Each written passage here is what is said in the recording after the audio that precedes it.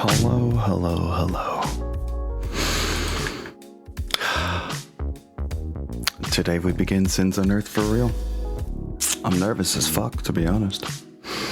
Quite fucking nervous. But the show must go on. I must do what I can. So, we'll be doing a little intro and RP type session to introduce our characters and to, get us nice and stuck into the setting. I didn't have time to plan as much as I wanted to. Just shit kept coming up, you know. Oh, hey there, Baba Booey. We're just about to begin session 1 of Sins Unearthed. You're just in time. I appreciate it, though. It's good to hear from you. Let me just make sure I've got my soundboard set up with what little I have set up. There we go. Just one more little touch, and then I'm going to be joining voice chat with our players. It'd be great.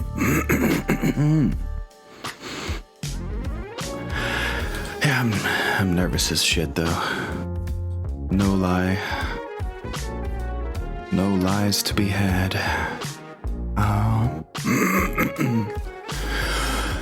And my throat is being an absolute fuck right now. There we go. Holy shit, dude.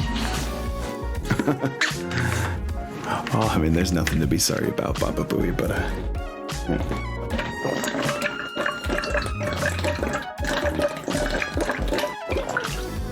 Tis time. Tis time to get on with it. There will be some working out of technical shit here and there as we begin. Let me just check something else real quick. Yeah, what is up with that? Yeah, my soundboard uses up a ton of processing power for some reason, and I'll just have to figure that out later. I'll have to figure out why later on.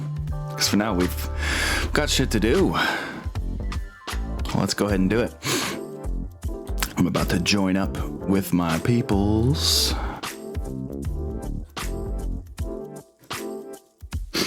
Let's do it.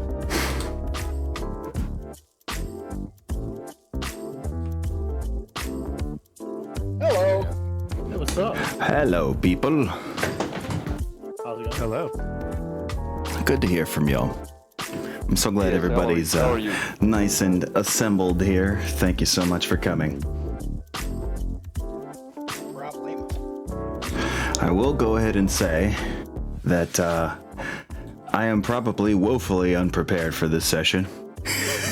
I will go ahead and say that it is gonna mostly be, or almost certainly gonna be, an entire RP session.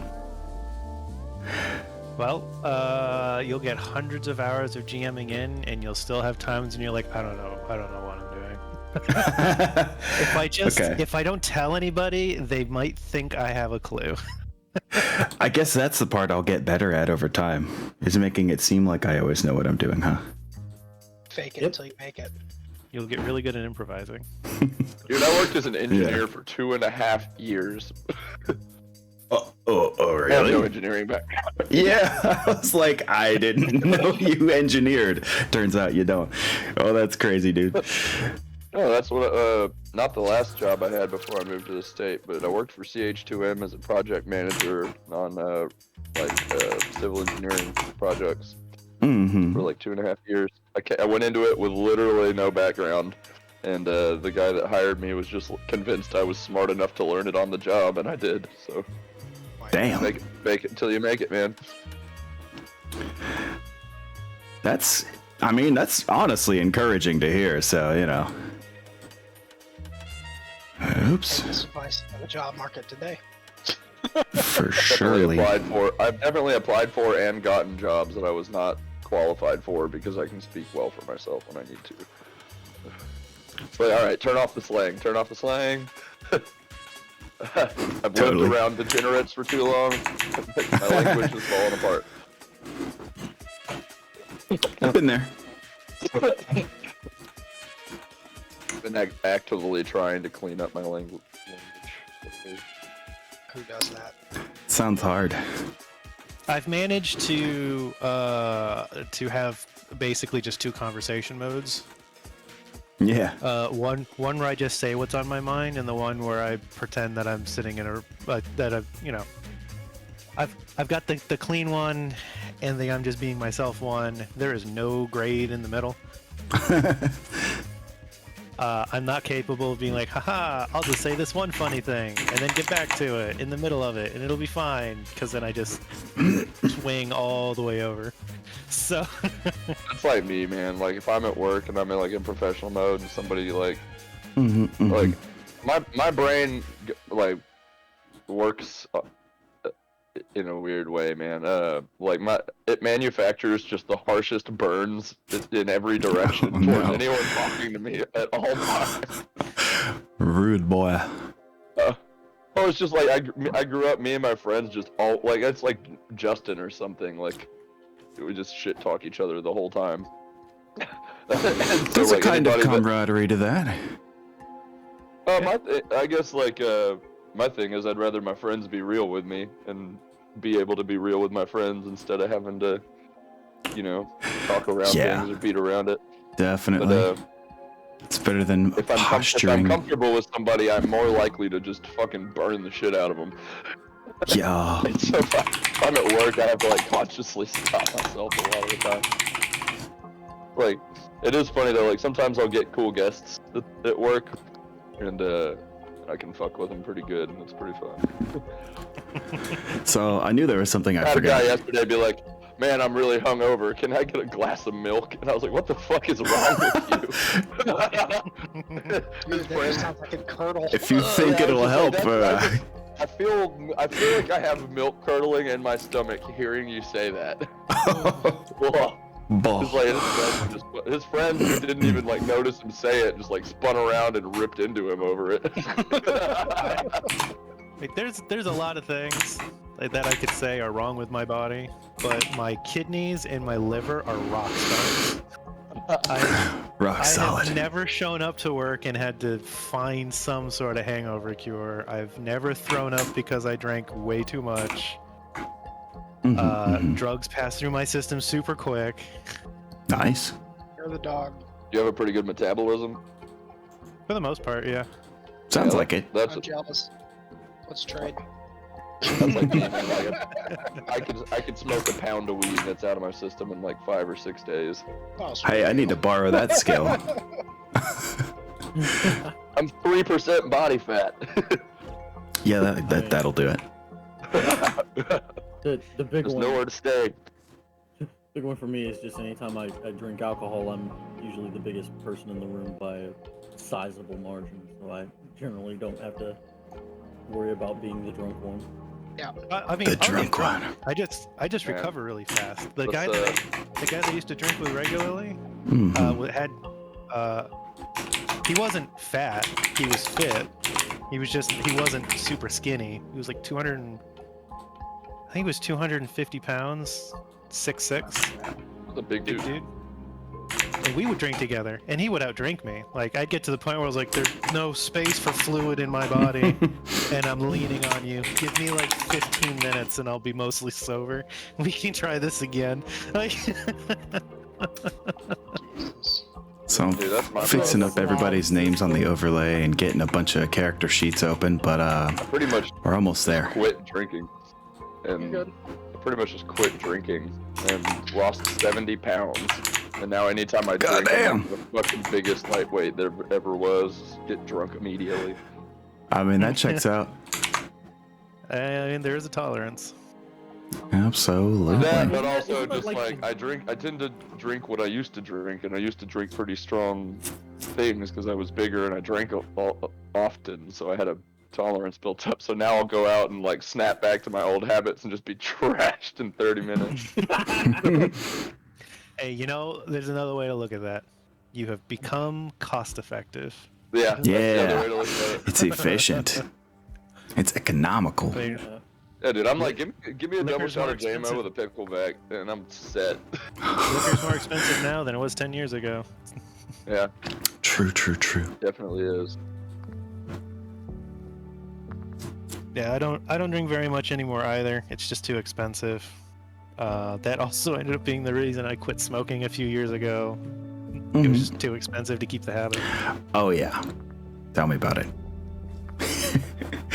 I tend to keep a circle that needs to buy weed somewhat regularly. Oh my god. I get exactly enough to satisfy them and have some left over to smoke until that will last me roughly until they need to buy weed again. Oh my god. It's just my family members mostly. Weed is super Just cheap got for me Alpha because admitting to Michigan's crimes only on about 20 air. minutes away. Oh, we're fucking on stream? Shit. Well, I told you we're going live at. I did Well, not hear I'm that. the one who's late, honestly. Yeah, I didn't think we started because we were running so late. Oh shit, cool. You know. I just Bigger fish to assumed fry. we were on as soon as 13-year-old StowGnar girl and from Discord. Massachusetts. Anybody needs to know. God. Yep. Those are the deets. Now let me get these character sheets open somewhere convenient here. I'm just about ready to get us started. I figure we just do like a nice light introductory session today where we describe ourselves as players and then our characters. Oh no. I mean, you don't have to describe yourself as a player. I guess you could launch straight into the character part of things, but you know. Yeah, let me make sure I've got everything set up. I don't have the stats transferred in for your characters yet. I will go ahead and let you know that. Or macros. You literally just have tokens. So my apologies there. Things are, yeah, I've been trying to set up a lot of things at once here. My bad for the jankiness that will follow. But you know what? We can still have a good time. Let's go ahead and anyone who has not yet connected, feel free to connect to the Sins Unearthed map tool server. Pretty in it. I think everybody is. Oh, cool. Okay. In that case, let me just check one more thing here. I've got so many fucking windows open right now. Sorry, guys. It's probably going to be a good number of delays like this one. So I do apologize ahead of time here.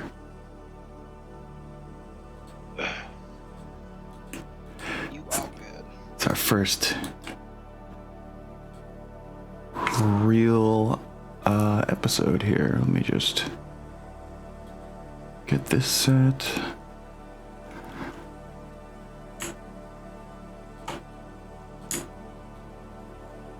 I've got to make sure I take this There advantage we go. and collect all the cannabinoids. Yeah. Got to prepare for making you drink when you need to. Dude, my throat's been a little fucky just before getting started. It's like I could not clear my throat. I just had like this permanent something. So I think hydrating probably there's helps. something in the air here because I don't feel the same way.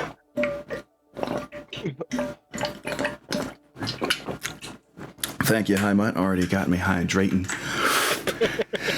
Beautiful. Okay. I think we just about have things set up to go.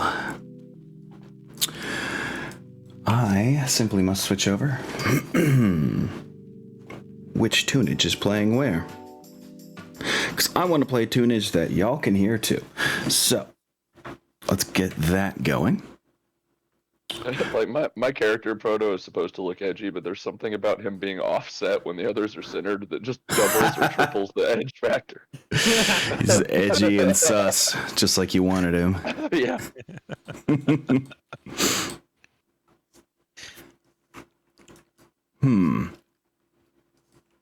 One more thing.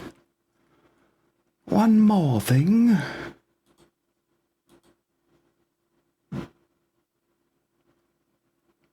Where's my notes? Give me my notes.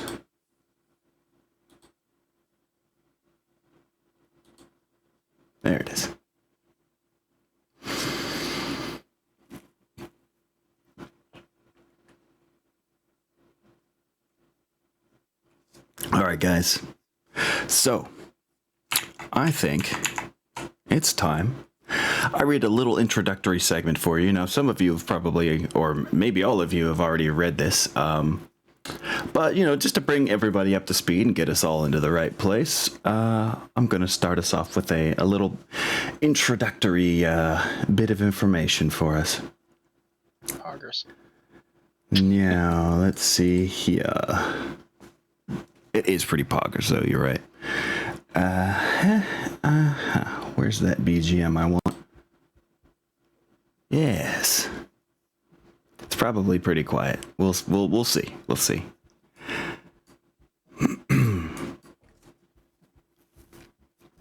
Okay. So, I'll go ahead and do... I'll read us the intro and we'll just go from there. How about that? So, our characters begin the story aboard the MCS Kahlo, a customized merchant jump ship that's been refitted to mostly carry cargo and passengers. Right now, it's stationed in deep Canopian space, a safe distance above the North Pole of the star at the center of the Thraxa system. Just a moment. There we go.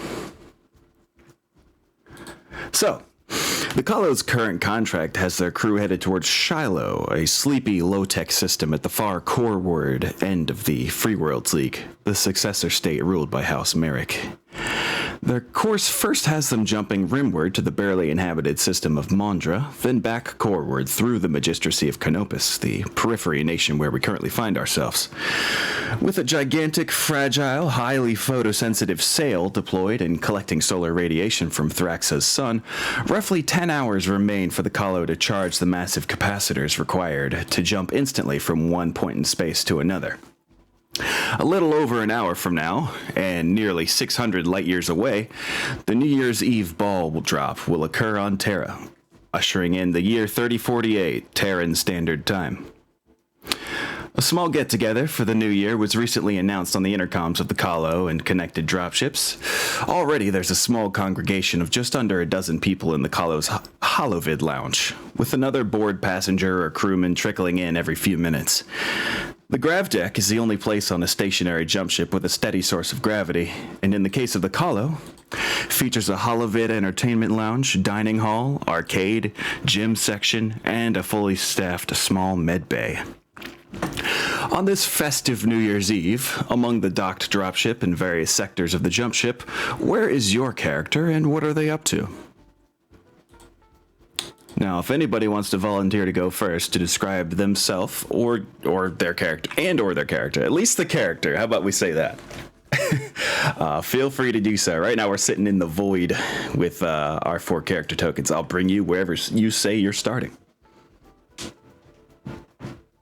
Okay, I guess I'll go first. I am a small person, small build of a person, really skinny. I don't know exactly how to describe it other than he's very slight. He's of obvious Eastern Asian, maybe Mongolian or Siberian descent. And he would be mostly hanging by himself as much as possible, trying to keep away from other people, but being able to keep an eye on other people. So maybe at the corner of a mess hall or something like that, or maybe in a library where he can just kind of keep his nose down. Okay. If you hear anything from him, it's usually going to be the occasional Buddhist scripture, but other than that, he's keeping very quiet. Gotcha.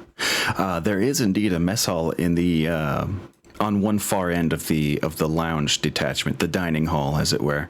They call it the dining hall. I'm used to calling it a mess hall at this point. But yeah. I can go ahead and place your character there, indeed. Oh. And he's also wearing a Capellan MechWarrior uniform, but the rank patch and unit insignia has been ripped off. That's a crucial deet. Are you guys able to hear the background music, by the way? I wasn't sure if it was coming through or not. I have not been. How about to now? save myself from unending echo, I have things muted. Oh, I can hear it. Okay. Yeah, I figured it would be a little bit of messing around to get it to the right volume. But okay. Allow me to do a little admin stuff here.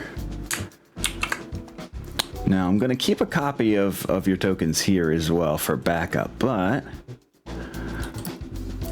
we will be bringing you over to the Grav deck. I will focus you in just a minute there, good sir.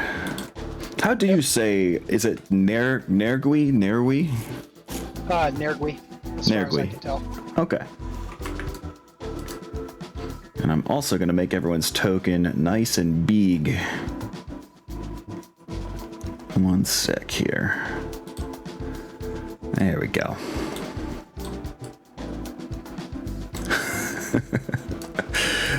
Okay, perfect. Now, would anyone like to volunteer to go next, or I can also just roll random? Just to describe yourself if you'd like to, and at least your character.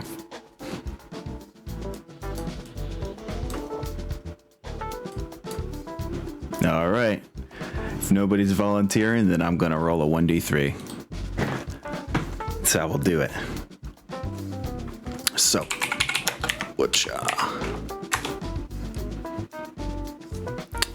okay. That would be Vernon Svedlock. I guess you're up, Alfer.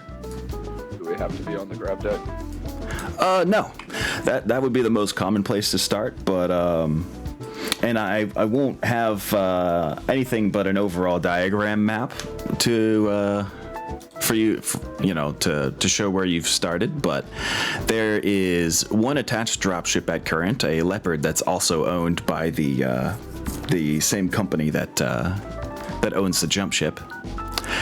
And other than that, there's just crew areas, cargo areas, assorted. Here, I can actually show this map real quick. I see the small craft bay. Is there anything? You said there's one ship dock. Actually, the small craft bay has been repurposed into another cargo bay. The docking collars towards the south end, I don't know what you'd call it in space, Aft. but towards the aft. Yeah, that's true. The aft end. On the Alpha docking collar, a Leopard dropship is docked that contains any mechs that you guys may have. It's sort of like it's the mech shuttle for this company. They use it for transporting, personal mechs and other hardware of people that they are, bringing across space. Okay. Well, Vernon Zedlock is he's a former Andurian rebel that was. He's got very thick Eastern European accent, but somewhat unplaceable. He's got a shaved head, medium frame. He's in good shape, but not somebody that you can tell someone that doesn't work out. He's got very elaborate and ornate tattoos coming up his arms and onto the back of his neck and head. He's got a very serious look about him all of the time. At current, he is going to be in the docking bay. He seems the captain of the dropship was having an engine problem and could not resolve it. Vernon is there helping him and being kind of a dick about it. That would check out. The Leopard crew is relatively new to their job. The Leopard has been recently acquired. Yeah, he's there not so much to be helpful as much as he is to make the other dude look like an idiot. Gotcha. In that case, we'll put you on he's getting his kicks out of it. Oh, you're actuallying him? I see. Oh no. Oh no. Wait, I'm what? You're doing an actually too. Actually. Yeah. Actually pushes up glasses. Not even a no, actually, more like a sit down. Like, I've got this, you idiot. Oh God. I see. Well, And he's mumbling under his breath the whole time he's freaking just talking shit. feels. Okay. Well, I've got you placed on. If you do select map in the top right, the Kahlo overview schematic, I've placed you on that map since I don't currently have a docking bay vignette map, an image for that yet. I saw my token, but it has now vanished. Why vanish? Let me see. How this I like do? this music, by the way, because it reminds me of the Persona 5 soundtrack. Yeah, it kind of does, doesn't it? I'm glad I'm not the only one who thought that. I've pretty much I've dedicated almost entirely all acid jazz to being our space music for whatever reason. I mean, Cowboy Bebop's a pretty good reason. You know, that's also a pretty good reason. I didn't even think about that, but I may have that association floating around in my head somewhere, you know. Right. Okay. So. Now I want a space-themed Persona game. Oh, that would be bad fucking ass. Okay, so I've got you placed. We've got 2 characters introduced. Do either of our 2 remaining players want to introduce themselves first, or should I do another roll? What do you think, Kane? Sure. I can go. Go for it, Brosif. so- I hope it's all right, the temporary art that I'm using for your character, but we can go through a whole bunch. You can either hand me an AI generated art, or we can go through the pre-made AI arts that I have at another point. I'd be glad to do so with you. Figure it out. So Joey probably is, he's just put up his flight gear. He just finished his shift, his scramble shift. And he made it back to his room, changed out of his flight suit, so now he's floating around in his sweatshirt with a bright red tractor on it and some stuff written in Russian underneath. Nice. And his well-worn and very beat-up straw hat. And he's going to be working his way to the mess. Very cool. He's been stuck sitting in the aerospace fighter bay for 12 hours. He's hungry. Oof. Yeah. That will do it. Okay. Well, for brevity's sake, I hope it's all right if I put you in the mess hall. Sure. Cool. Let me just get you sized up for roleplay purposes. There we go. Awesome. Okay. And then finally we have Emmanuel Westbrook. I hope I'm saying that name right. Oh, the last thing is he's gonna go into the mess. He'll look around and be avoiding a lot of other people, but he'll see Nergui being quiet in a corner and just sort of give a quiet nod and then go drift to his own solo table against a wall somewhere to go look over some pictures. Nergui's gonna look more shocked than anything that somebody just acknowledged him. Bunch of lone wolves. Okay. Very cool. So yes, that does indeed leave good Sir Emmanuel Westbrook. Yeah, so, I think probably also on the graph deck, we see, like, a, tall, pretty slight figure, walk out of the, health clinic, sort of like, as he puts this, like, big, like, long, dark jacket back on. Looks like he just got like some sort of like shot or something like that in his arm. As he kind of like rotates his shoulder a little bit and then sort of looks around and just heads over to the mess area. And Very nice. sort of takes a stock of the room and finds the least populous corner to kind of just sit down in and pull some sunglasses out of the jacket and put them on so that he's blocking out most of the light, which so happens to be probably also where the two loners are sitting. He's so cool. And just like kicks his feet up on something and like looks like he's trying to like get some semblance of like just quiet out of the moment. He's got like sort of like sandy blonde hair, like brushed back. He looks surprisingly clean for someone who is, you know, on a jump ship right now. But yeah, he seems to also be kind of like, he's kind of got his like face downcast the whole time as he's walking over, and sort of just sits down, pulls his collar up around his face, and just looks down like he's napping. Nice. I definitely need to get you new character art then.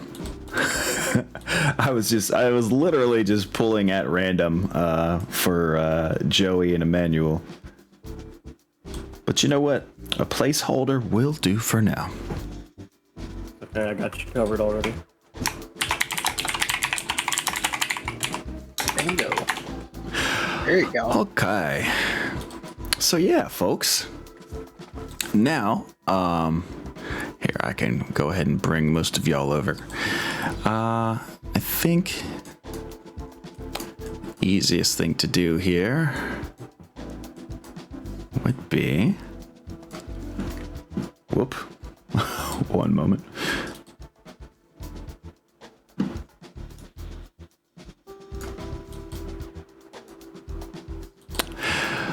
Oh no, some behind the scenes shit. Say it ain't so.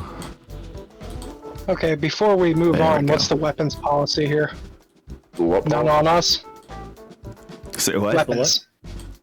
Weapons policy on the jump ship. They have to be locked up? Yes, every type of weapon except for except for rubber pellet, like riot kind of guns, and needlers. Although needlers, you better have a damn good reason to have a needler. Those are also not easily accessible by anybody. You'd have to have a damn good reason. Those are low-key illegal, right? Well, I don't think they're illegal as much as frowned upon, but you wouldn't normally expect anyone on this crew to have one. Okay, I Those, want to have a vibro those- dagger hidden in my boot or something. Those laws Okay. are more like guidelines. Yeah, Well, exactly. I mean, it's the periphery. There are no rules. Yep, you got it. That's exactly why. Which is precisely why I have a mono wire in my jacket. Oh, okay, yeah, that'll do it. Well, unlike these edgelords, I'm totally unarmed. Just chilling, yeah. I've got a, Oh, it's your I've got a job, variety you of get it. tools that I would happily use as I'm weapons. totally True, unarmed, about it. says the massive farm boy who could probably break someone in half. I just punch. Well, I'm sure not everything here is bolted to the floor or a bulkhead. That's a damn good point. I mean, especially in the grav deck. I mean, as you look around at different features of the grav deck, you do notice that everything seems to have like a loose tether or some other way of keeping it generally in place for the times that there is no gravity. But you, especially when it comes to the serving of food and whatnot, most of the time you just have your standard, trays from the cafeteria, just all your standard cutlery. It seems like they just elect not to bring out certain things when they're in zero gravity. Because there are a few times that a grav deck must not be spinning, such as when the jump ship is thrusting in any one direction. A rare occurrence, but still. just in case. They've got tethers. They've got ways to lock things up. So, I think I will first move us to the mess hall, the dining hall, as they call it, to be a little fancier. Just because of the majority of our characters are here. All three of them seem to be doing their own version of the "they don't know I'm blank" meme. Just standing in corners. They don't know I'm just tired. Yeah. So yeah, allow me to summon a little bit of noise as well, because there are others here. You'll notice, because they are connected, both the lounge and the dining hall, you'll notice that there is indeed a small congregation in the lounge, which is across the dining hall from you at the opposite end. But there are also a few people getting in some sort of dinner before they join the party across the way. I just got to do a little behind the scenes magic real quick. If it'll let me.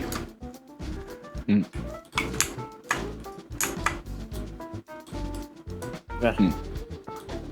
Here we go. Slowly but surely getting the right sound effects into place here. There we go.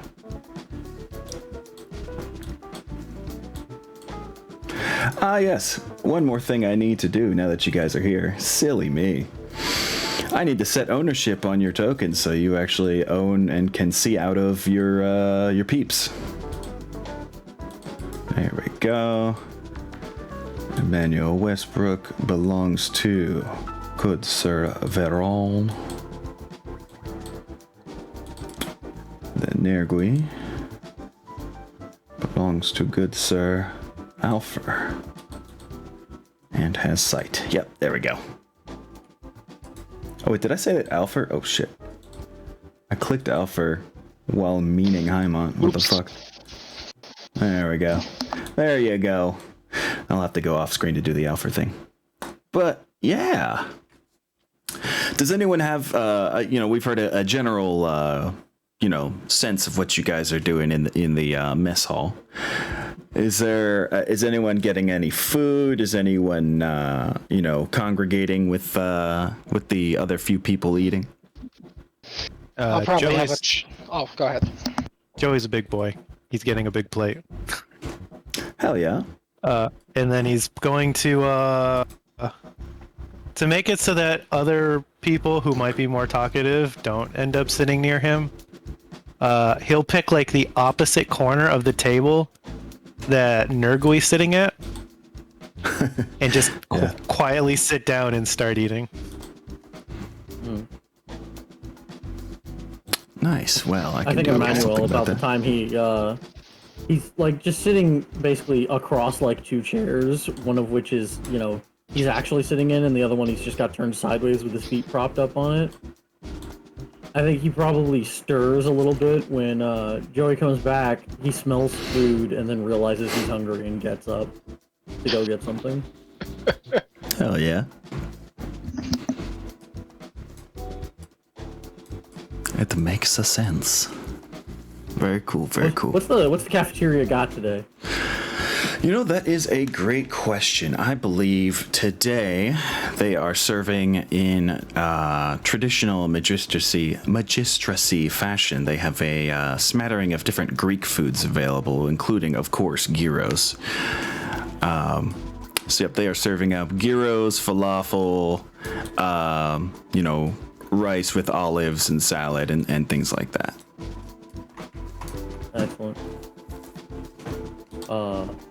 Yeah, we're definitely grabbing a gyro. There's no way in hell that we're not grabbing a gyro immediately.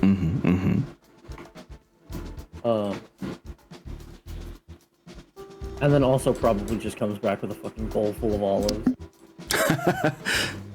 Nice. Good taste. Having caught up with Google on what all these foods are, his plate just has gyros on it. It looks like the only thing he can reliably get meat out of, and there's no potatoes. Yes. Yes, it's true. It is almost entirely meat. In fact, you could, you could just ask for the meat from the gyros and they'll carve that off for you too, just to pile it high. And Oh yeah, either way, he'll ask the for rate an comes. extra helping. There you go. Gyro with more gyro. Sweet. So, right around this time, Vernon comes walking in the room, looking pretty satisfied with himself, and goes and gets in line for a euro. Nice. The whole time, kind of looking around the room at everybody, just scanning the room.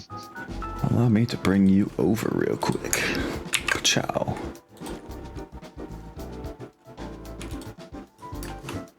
Bop. There you are.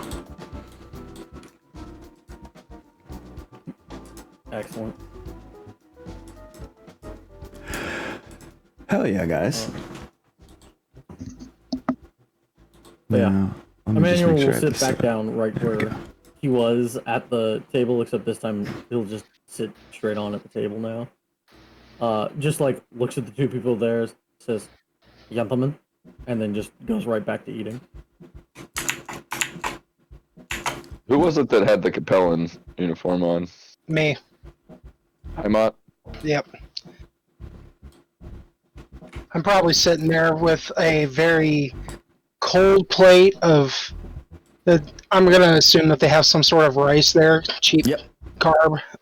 Yep. So it's gonna be like rice, mostly vegetables, even if they're like Greek style, Yeah. and maybe like a small portion, like maybe an eighth of what Joey has on his plate. I have on mine. And yeah. it's all actually been sitting there for a while. And it's very cold. And he's not exactly comfortable with other people at the table, but he's kind of like trying to smile very awkwardly and just attempt to not make conversation. Mm-hmm. Yeah. There, let me think. Vernon goes and grabs a table near Emmanuel. Doesn't sit at the same table, but grabs a table near him and starts eating. And as he's eating, he looks up and says to Emmanuel, "Why are you wearing sunglasses?" I spend most of my time in space. I do not like a lot of light. Not much light in here, just the fluorescence. And they give me a headache. Okay. He looks over at the Capellan dude and just has a generally distasteful look on his face, but kind of goes back to eating. He has a lot of energy, clearly. I just smile back.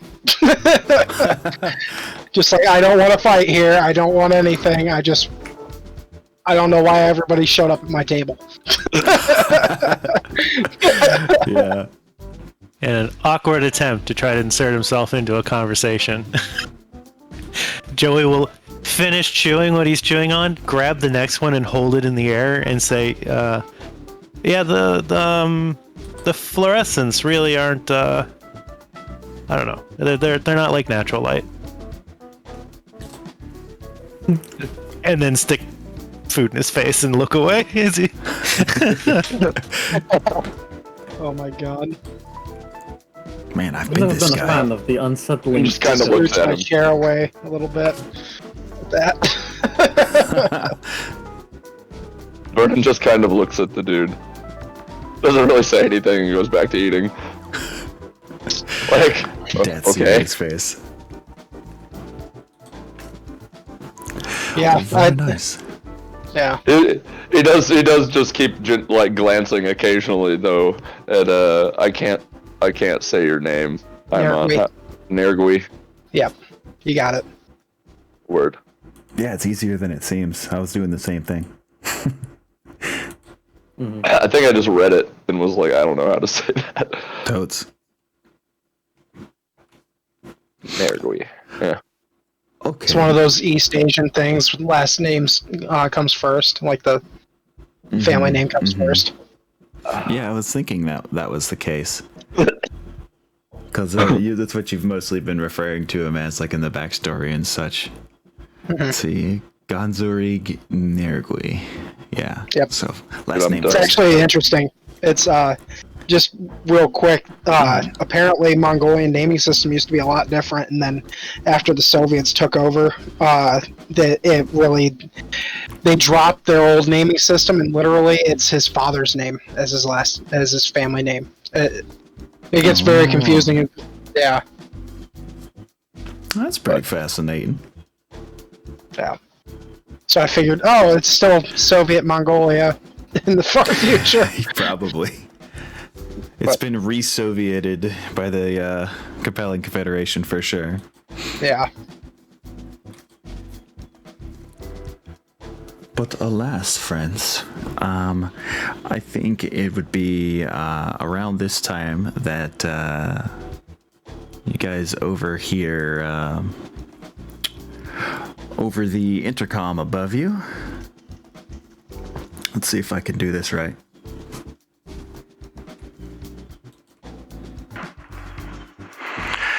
Attention all passengers. Please feel free to join us in the lounge for a small party celebrating the year 3048 beginning on Terra. The ball will drop in half an hour. Come join us. That's like the one thing that terrifies me more than anything is a gathering of people. Yeah, that's fair. That's fair. If I go, I'm gonna be like on the very edges of this gathering. Hey, that's a totally understandable feeling. Trust. Vernon also seems like generally kind of disinterested in it and is at this point tinkering with something at the same time he's eating. Nice. So there's a moment where Joey listens intently to the PA, and then he looks to think for a moment, and then checks his watch, and then checks the amount of food that's still on his tray, and starts eating a little faster. Nice.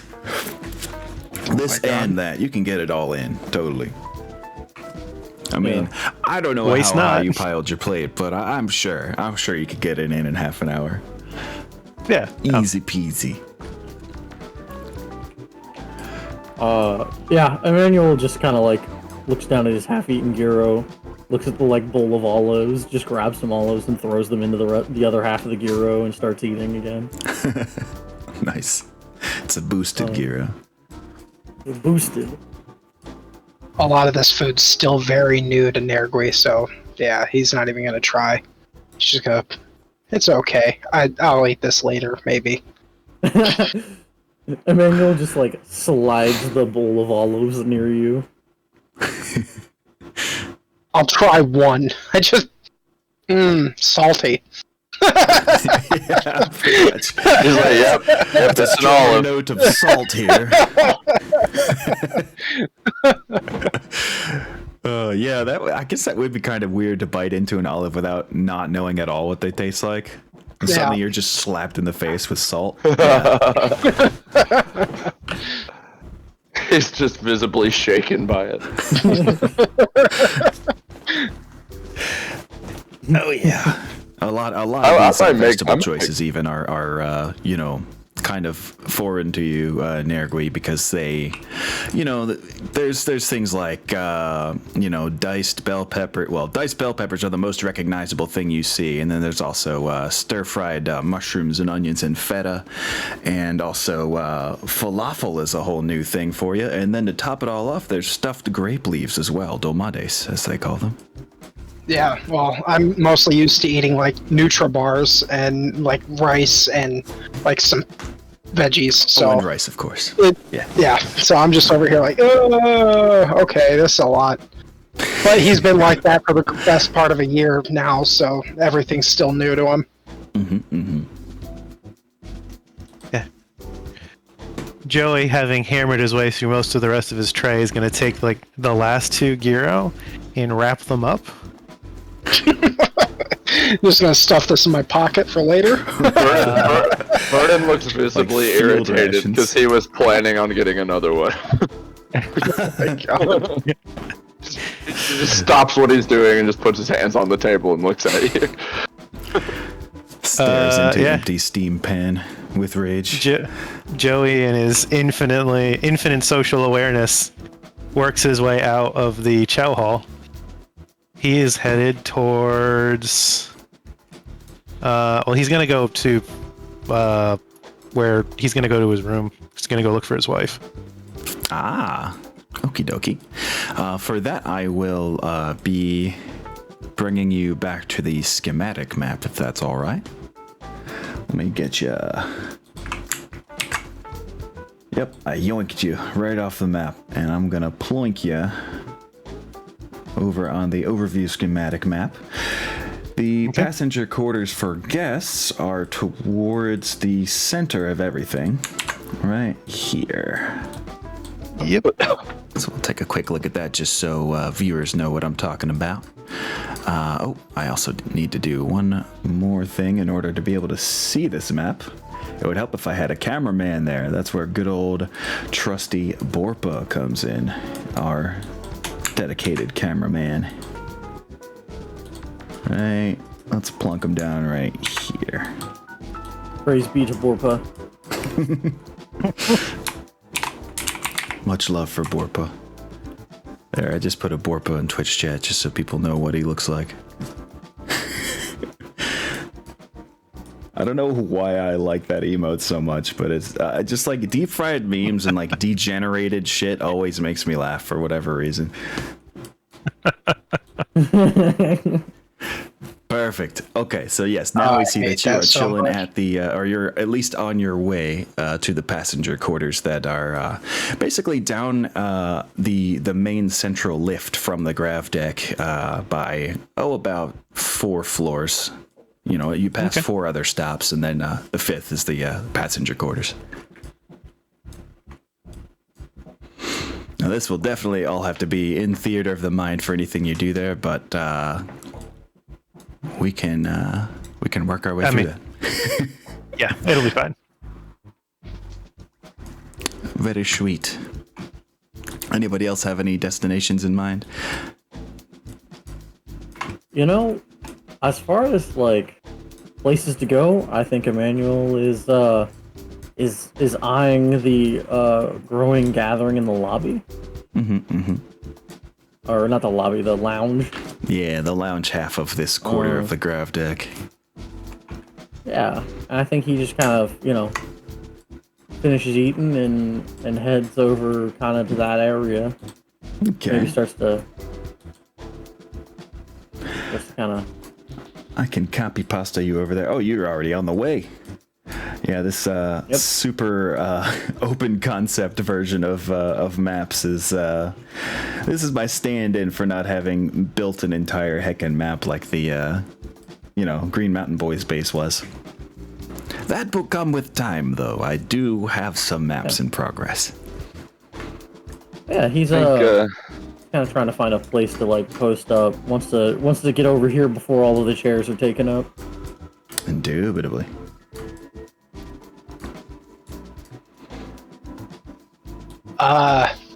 Nergoy's gonna follow Emmanuel. He offered him food. He must not be too bad of a person. Nice. Want me to drag you over there, or would you like to? Where exactly am I going? I can drag it over. It's up and left from there. Basically, more left. inward towards the grav deck map. Which I should probably show everyone real quick, or at least on stream.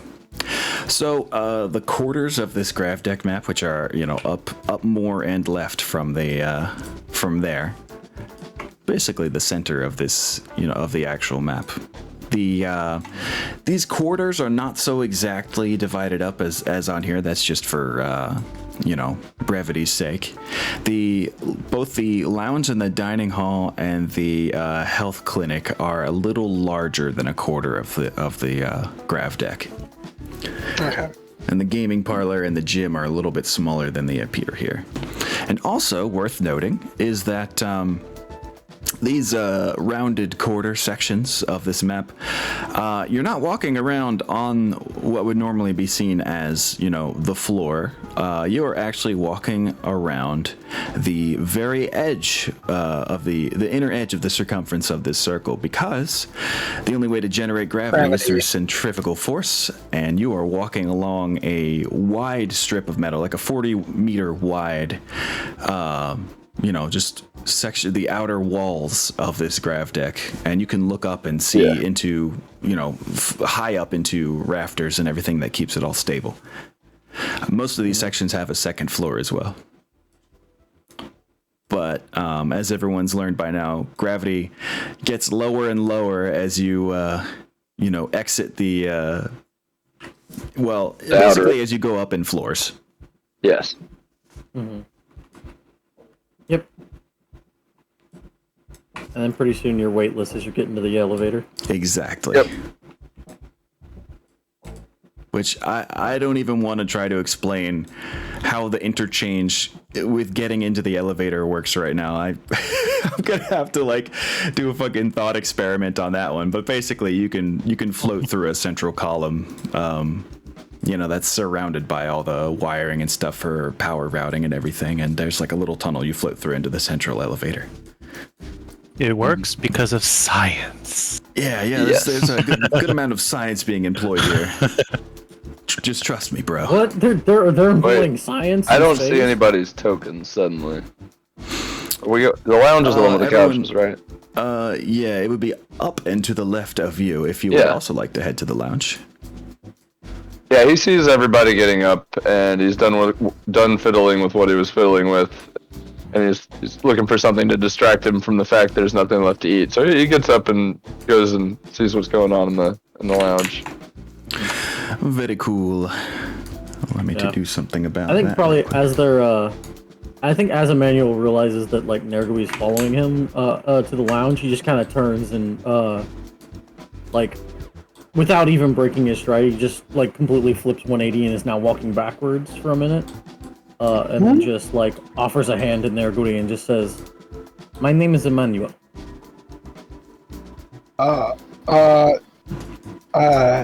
Hi, I am Nergui. It is a pleasure. Thank you. Periphery, my friend. He says thank you before you can even finish it. He's very awkward. Yeah, Emmanuel just kind of smirks, and just at this point probably just he has really Nergui, you said, is pretty short. Emmanuel is 6'6". Yeah. Oh my god. So he's really tall, especially in this cramped space environment. Mm-hmm. But he's not a big dude. He's actually quite thin, which gives him this very spindly kind of figure. Yeah, I'm 5'4", so. So he just kind of in just a casual motion, just kind of reaches an arm out around your shoulder and just pulls you up to catch up with him as he flips around to walking forward again, and just pats you on the back and just says, "You're all right, Nergui. A bit quiet, but." Thank you.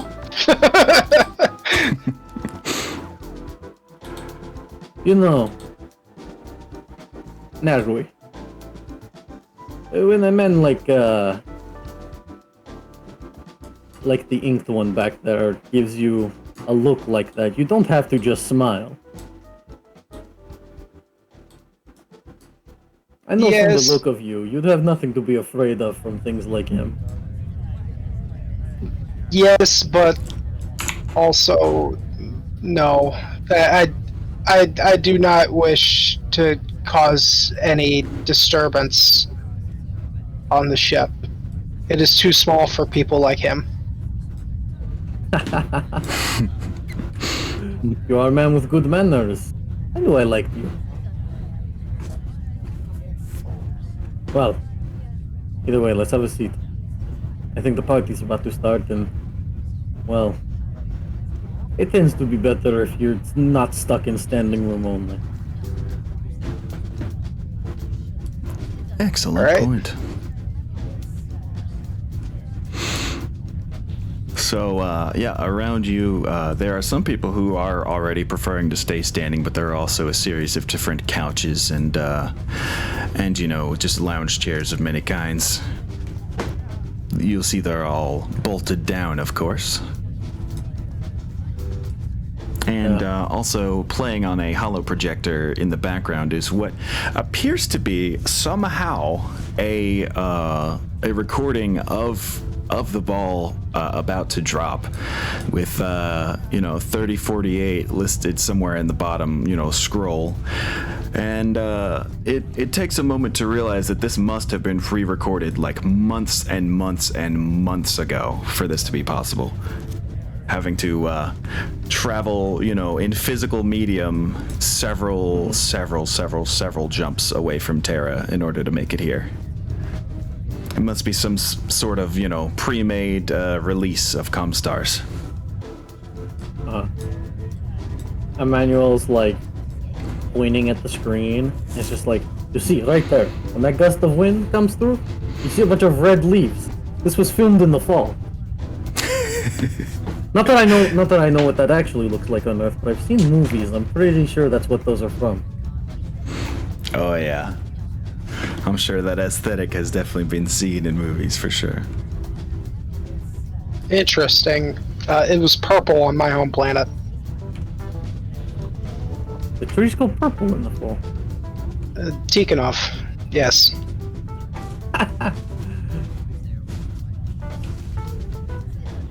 Taking off a long way off from here, friend.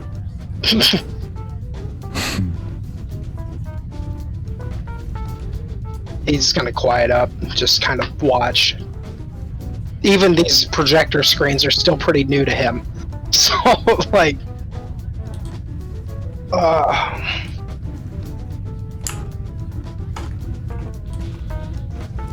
Okay, so let's see.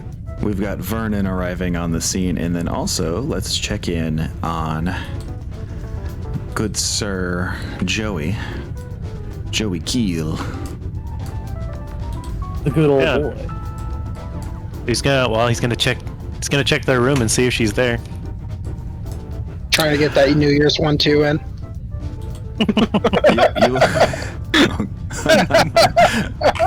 Damn. So, yes, you do find your wife in your preordained quarters. Oh, jeez.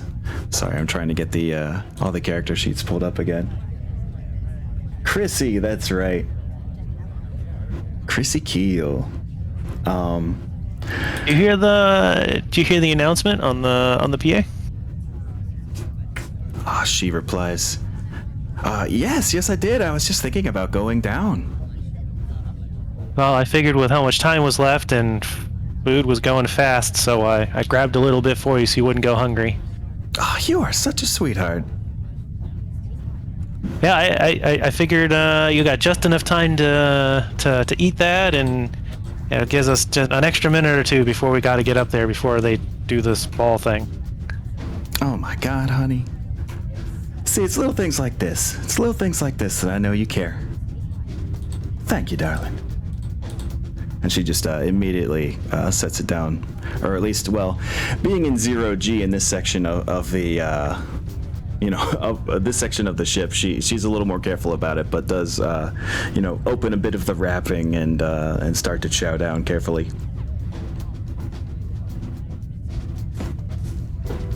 There's a few people up there that are, well, I don't know, strange or interesting, or probably a little bit of both.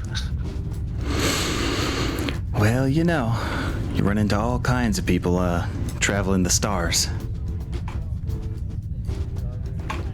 Yeah, there's one of them's got tattoos on his face. I guess depending on the country, that could be something pretty serious. Yeah, I don't know if it does. I don't know if it means he's a criminal or if it's like a cultural thing, or I don't know. I've been trying to get a look at him, so maybe I can try to look some stuff up later. you know, and in like a coy kind of way, you know, sit a couple seats down and try not to be rude about it. Oh, you're always so perceptive. Well, don't go getting into trouble just trying to find out. I'm not trying to find trouble, but when trouble happens, it happens. Just as a GM note here, I am currently scrambling to make a token for your wife.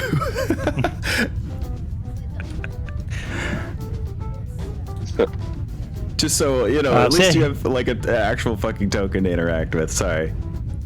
So he'll float over to like a wall or something and just sort of relax and wait patiently. He'll find something to do so he's not just staring at her eat the gyros.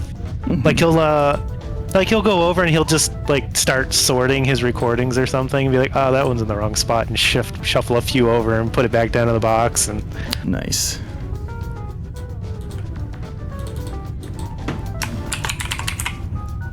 Okay, here we go. Almost there with the tokens. Sorry, friend. At least it'll... I don't know. It's a little easier to RP when you at least see who it is.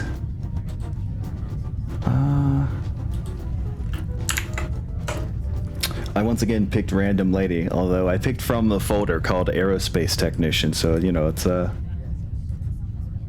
be accurate in a way. Let's see. oh, it's real small and off to the side. Oh, yeah, I'm definitely not done setting things up. Okay.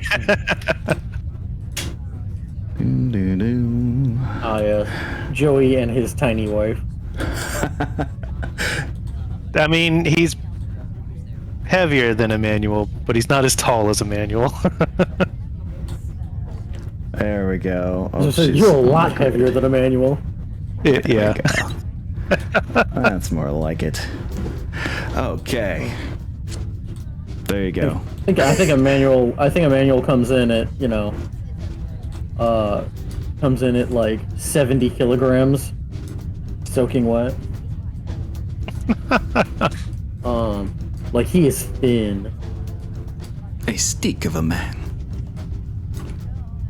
Yeah, like he looks a lot bigger than he is because of the jacket.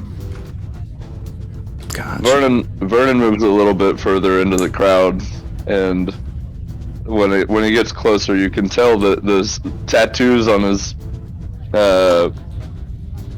head and shoulders are some sort of like strange mathematic looking imagery, and it's he can tell that it's making you nervous, so he says to you, from, you know, a little further away than, you know, a normal conversation, it's Gnostic, it's metaphysics. It just doesn't say anything else. Just trying to make you seem a little more at ease, because he can tell he's making you uncomfortable. Is that Tenergui? Is this at Joey? Tenergui and Emmanuel. I don't know how to show that speech bubble. You just I think that's control space. Yeah, control space. You gotta double click your token. Yeah, and you can change what the speech bubble says. Which is right. He's just like, yeah, and smiles and nods. Yeah. Emmanuel just pulls his jacket up and says, "You thought tattoos made me uncomfortable." As he's just got like a full sleeve of like, of what are clearly like he's got like bullets and like knives and shit, and like mech arms with cannons and things. He stops about halfway up of his arm because the upper part of his arm is clearly like pirate markings and shit. So he stops at about his elbow and doesn't pull the jacket any further than that. But like it's clear that the sleeve keeps going up, and it's literally he's got like a belt of 50 caliber rounds around the middle of his like forearm. Damn. Cool tats, bro.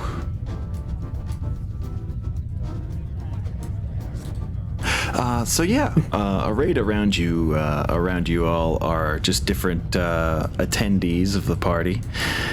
Feel free to strike up a conversation with any one of them, and I'll do my best to come up with a shit ton of voices really fast.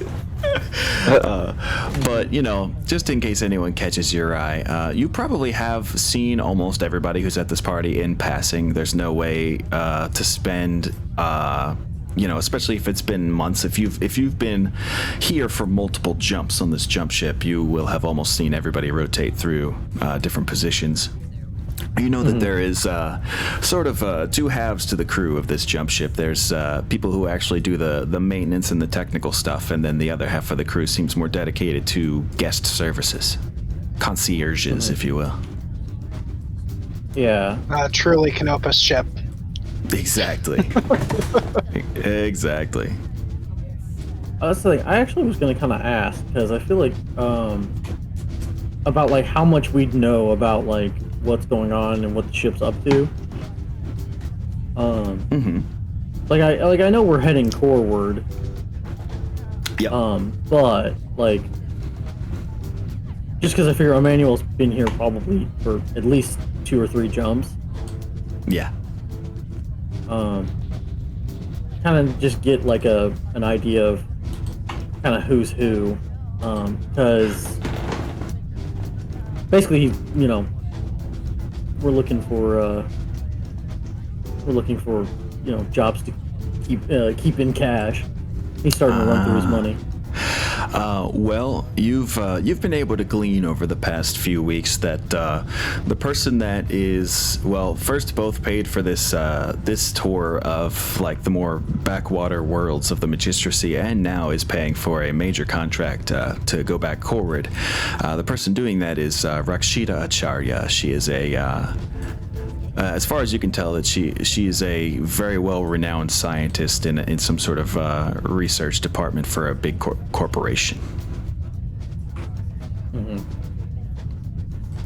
Yeah.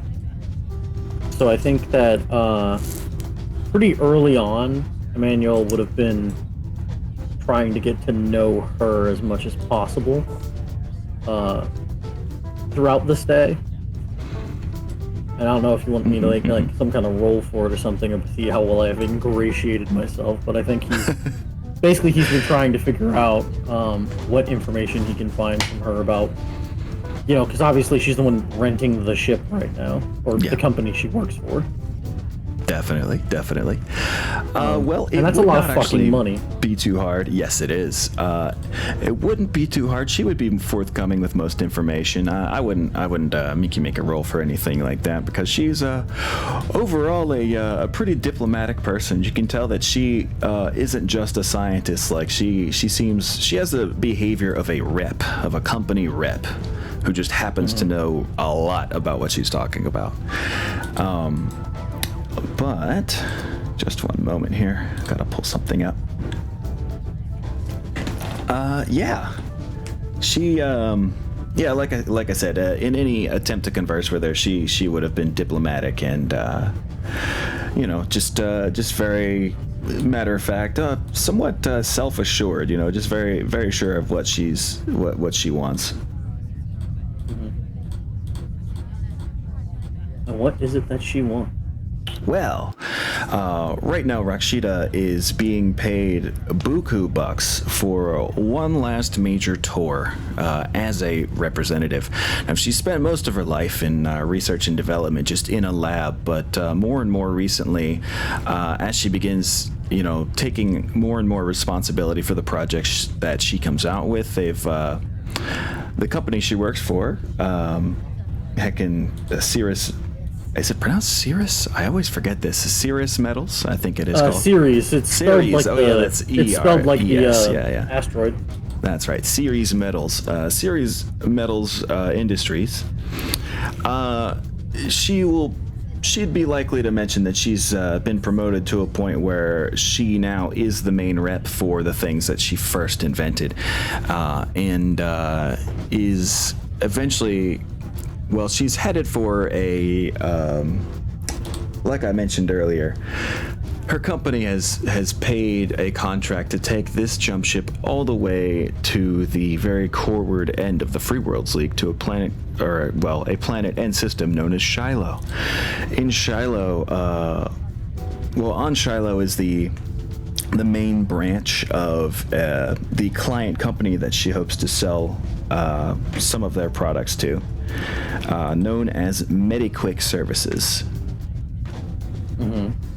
Which is a firm that makes both medical products and medical vehicles, like rescue vehicles and such.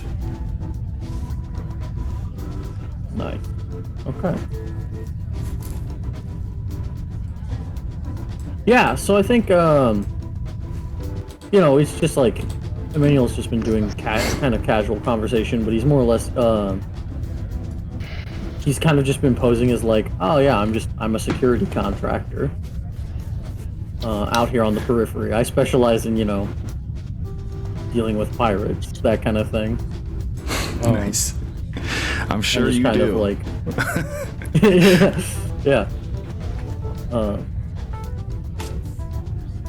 And just kind of like has been sort of getting an idea of what that's kind of just been where his into the conversation. But yeah, I think now he's just kind of like waves at her casually from across the room. She gives a little smirk and waves right back. I think Nergui's actually going to be avoiding her as much as possible, just because series metals, like he can put 2 and 2 together. Like they are on Tikhonov, were on Tikhonov at least before everything, but like they are tied really closely with the Confederation, so he does not want to tip anything off. I'm assuming he's here as a merc for their company right now, just because like he's on his last leg. He does not have any money. Like the next jump he has to pay for is literally going to be it, and he gets planet side. He'll figure something out. So. Well, that is something I was going to ask you all. Really, is what brings you here? And of course, if you don't want to share, if there's something that you want to drop later, I'd understand. But just a general idea of what at least your, I guess your cover is in this case. So yeah, if you're being freelanced as if you're freelancing as a like a guard of some kind, that would totally make sense, Nergui. Yeah, the only problem is that his mech stands out, so like he's keeping it very secretive from her what he has. Like he's trying to do his best not to even tie that raven in the hangar to him. Wow. In this case, it would definitely be a pretty recent contract you've taken up for the freelance then. Yeah. The odds of someone who started her life as a mech tech not seeing your mech, you'd have to actively steer her away from it at multiple points, which, I'm sure you're capable of. Barely. Yeah, barely. As an her introvert. Curiosity is powerful. She's got that scientist brain for sure. All right. But yeah, if you are indeed freelancing for Series Metals, then you would also have already met Dominic Abiola, the bodyguard up in the top right. He's actually been contracted as a bodyguard for Rakshita for a good while. Series Metals felt it was important to, at least during her initial tour that was still throughout the Magistracy, that she have a bodyguard, and they feel it's doubly important to, to have more protection as she moves through more and more populated areas. So that's where you came in. Okay.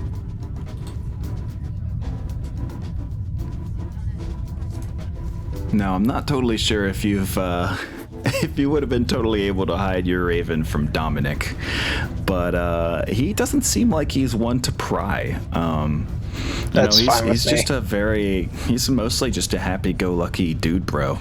To be honest, it's a bit. I would avoid him, but if he's not the one I'd be worried about. It's mostly Rakshita, because she actually has some pull in their company, and Yes. they can tie back to the Confederation pretty easily. Yes, very So- true. You can tell that she has some a pretty high rank. Yeah. She's been working for. She very well may have mentioned at some point that she's entering her 18th year of service to series medals. She's been in this for a hot minute.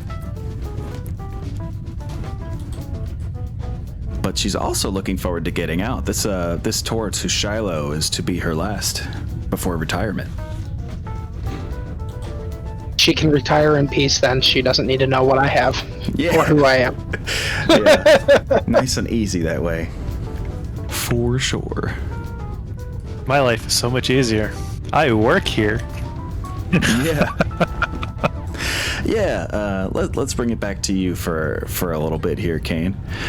Yeah, I mean, when she's finished eating, we'll figure we'd head up to the lounge. Most excellent. I can Go to this bring you party. both over there.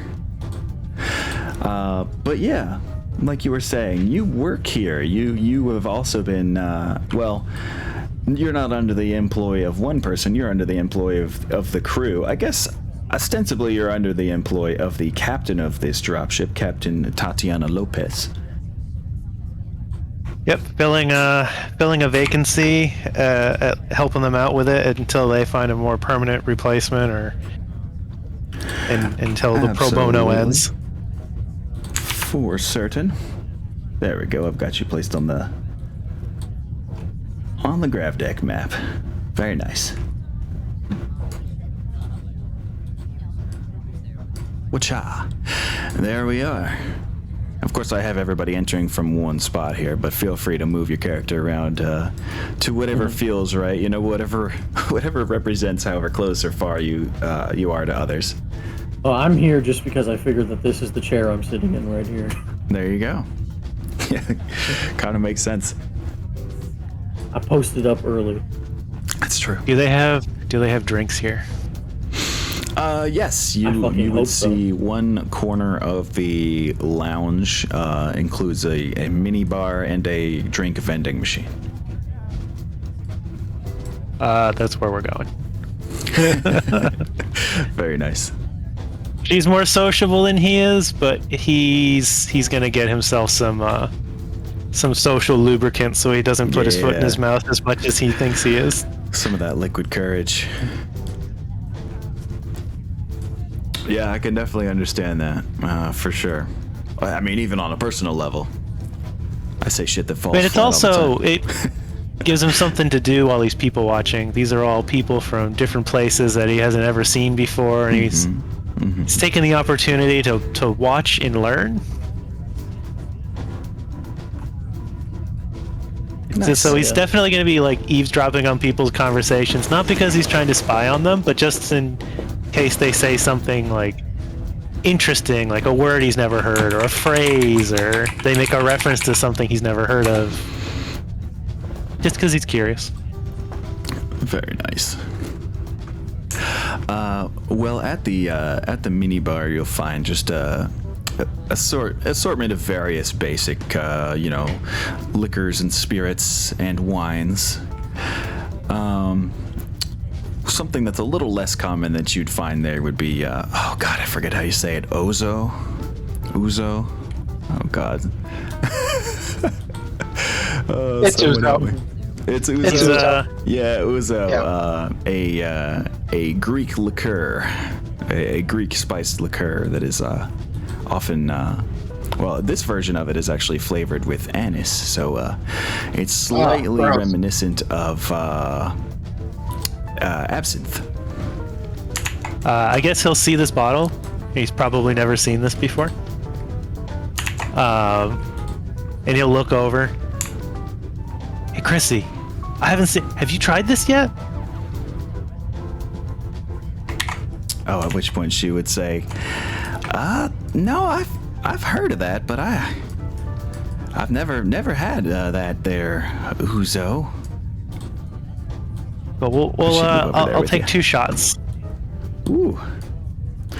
You'll notice it is pretty strong. It's stronger than it appears because, the label indicates how it's like spiced and sweetened. But it still has a pretty massive kick to it, all things considered. He gets the 2 and hands one to his wife. Bottoms she, up. She knocks it back without hesitation. She does live the life of a mechanic, after all. She's a little hardier than most.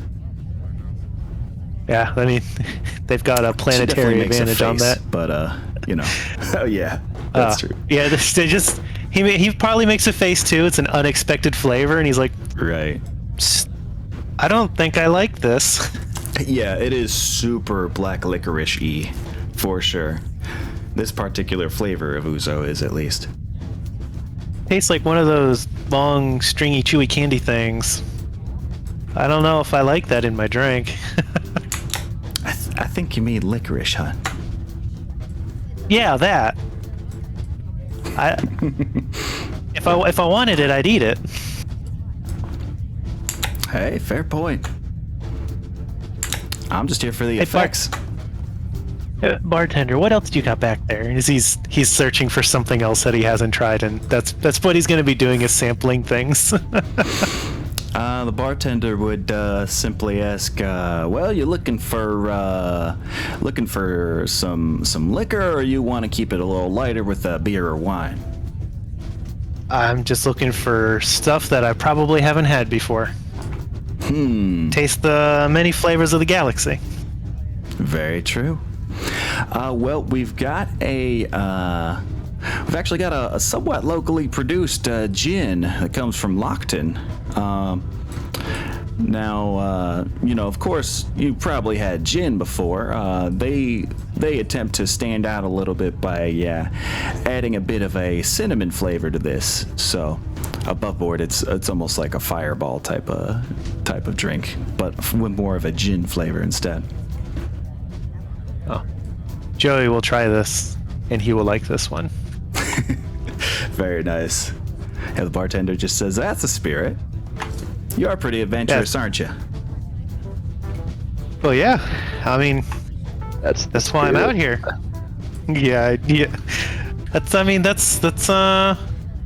I mean, I know that some people travel for, everyone's got a reason to travel, but enjoying all the new stuff in the journey is what keeps it interesting. You're damn right, my man. That's why I'm working on this ship. We get to see almost everywhere eventually. At least that's my hope. You probably see a lot of strange personalities traveling as much as you do, huh? Oh, you know it, brother.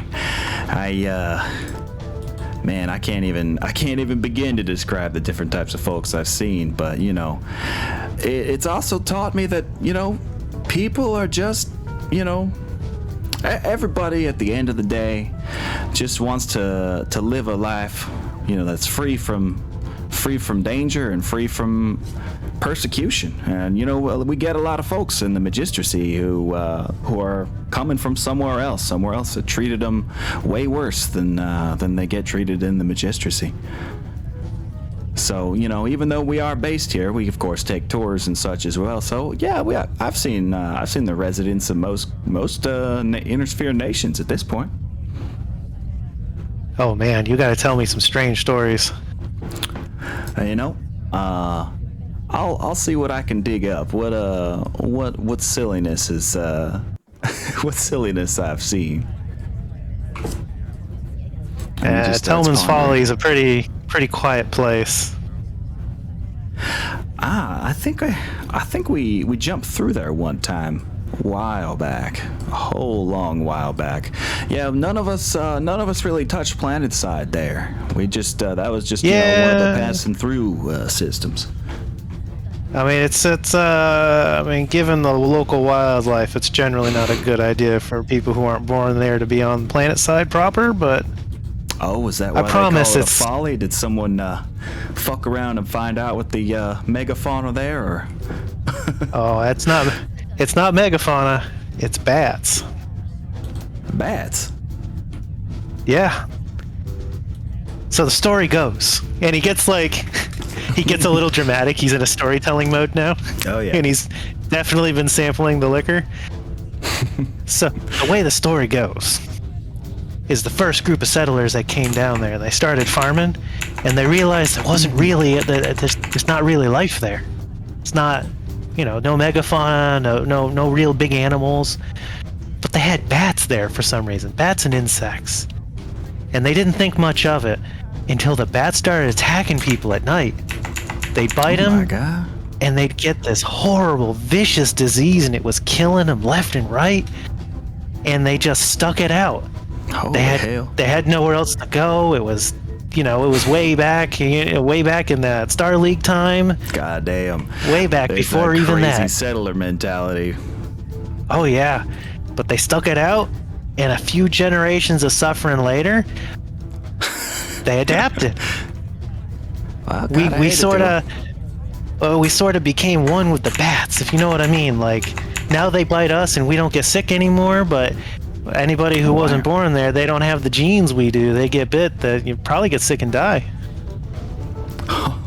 That's pretty rough. I mean, I'm glad y'all adapted, but I'll keep that in mind. Maybe I'll just stay off planet side when we go through that system again. No offense. Oh, I mean, none taken. I'm trying to see all the interesting stuff in the universe. I mean, aside from the wooded areas, it's basically a giant farm. It's an agro world. Ah, now that makes sense to me. And once again, no offense, but that also explains why we didn't really stop down. It wasn't a vacation destination for anybody that we were carrying at the time. Yeah, I mean, we do a little bit of trade, but it's usually meat for produce. So, Aha. unless you got a real particular reason to be there, we didn't get a lot of visitors. That's why all this stuff is so interesting to me. Also, I'm about to plunk down a bartender. The bartender you're talking to. His name, if you've been spending any time on the ship, just, I don't know, collecting names or anything, you'll know it, but otherwise feel free to ask him. He's another one of the concierge half of the jumpship staff. I mean, they probably know each other at this point. Oh, okay. Well, his name is Everton Colclough. And he... Gotta set the right size so it's not just another tiny token. There we go. Yeah. And yeah, you can tell he's, he's just got a pretty good... I don't know how to put it. He's very sociable. There's definitely a reason that he's been put on the concierge half of the staff, for sure. You can tell it's almost like they were chosen just based on their personality for who does what. So is this whole ball drop thing? Is this an every year kind of thing? Oh yeah, every year. We around here, we found that it's good to have a reason to get together and just keep morale up. So we look for pretty much any holiday we can to cause a little shindig. Well, certainly won't argue with an excuse for a little shindig. That's the spirit. And of course, the image is not loading on. Shit. 1 sec. Yeah, I can see it. Yeah, I bet most people can. For some reason, of course, my cameraman cannot. Oi. Allow me to restart this real quick. Sorry, guys. Borpa is blind to bartenders. Yeah. Blind old Borpa. It means Everton's a vampire. The camera can't see him. Borpa's a recovering alcoholic and just keeps turning away. None for me, thanks. Yeah, let's disconnect on both of these. Sorry, guys. But yeah, in the meantime, I would say there's about 15 minutes left now into the ball drop. If anybody else wants to do or say anything, just let me know. Vernon had grabbed a drink right when he had got there, and is just making conversation with some strangers at the moment. He's just kind of hanging out and waiting. Most lovely. I think we probably get just like Emmanuel just being like very gregarious and chatting with, probably Rakshita, like, and occasionally just turning back and checking on Nergui, who's sitting nearby. But we probably like noticed that whenever nobody's looking at him, he keeps looking over at Dominic. And his face changes a little bit, his eyes narrow, and then he goes back to chatting with somebody. Is there something wrong with the Dominic fellow? He just kind of turns to Nergui and just says, I'm a security man. Dominic is a bodyguard. He and I are competitors in our profession. I Okay. want to see what he is made of. See if I could do his job better. That is fair. Proceed. You really don't know how to end on it, do you? Yes. No. Yes. I think the word you're looking for was no. Oh, okay. No, that would be the one. At this point, Emmanuel just like grabs a champagne flute from a waiter and just hands it to Nergui and just says, "You need this." I'd prefer the Iric of home, but this will do. He sniffs it and it's just gross.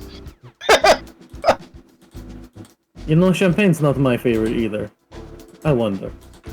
And he gets up and just goes over to the bar. Everton, do you have soju? Ooh, good question, actually. Let's see. I StowGnar need to actually look up what the fuck that is. It's like sake but Korean. Yeah, it's Oh. Korean rice liquor.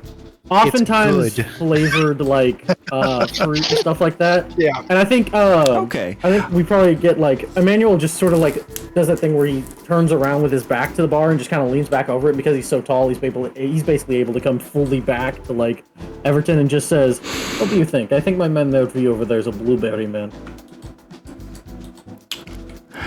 Well, You at you this start point- talking about soju, and Joey says, "Oh, soju. I don't think I've had that yet." Yeah. So What you mean? Everton will lean a little bit towards you as well, putting one elbow on the bar, and he says, "Well, you're in luck, my friend. We do, in fact, have the most popular flavor of soju, which is blueberry. It is, well, you know, I can't say it's the most fancy soju ever. You know how it is with the imports. You get the one that's got the most production going on. The real stuff is you gotta pay a little bit more to import the rare stuff, you know." And But hey, Emmanuel just it's pretty nice. lowers his voice and Emmanuel lowers his voice and just says, "Between you and me, he doesn't seem like the high shelf type." Well, then we're really in luck, aren't we? Yeah, and he just like puts down a few whatever the like. I guess C-bills. Do they actually issue bills for C-bills? I feel like they do in BattleTech for some reason. I think they do. I'm I almost think they certain. do, and they also have like a credit chip. Yes, exactly. Yeah. So it like a just credit depends. card or Well, Emmanuel does not have credit chips because those are easily trackable, so everything Yep. is cash here. That makes perfect sense. Yeah, and he just puts down 10 C-bills or whatever and takes the bottle. Well, damn, my man, thank you kindly. We usually include the mini bar as just a part of the service, and most people take that to heart. So hey, between you and me, I really appreciate that. My salary ain't exactly the toppest of notches, you know what I'm saying? I have a lot of respect for men who do not get paid enough. Why, am I a kindred spirit in that way? You have no idea. I'll take your word for it.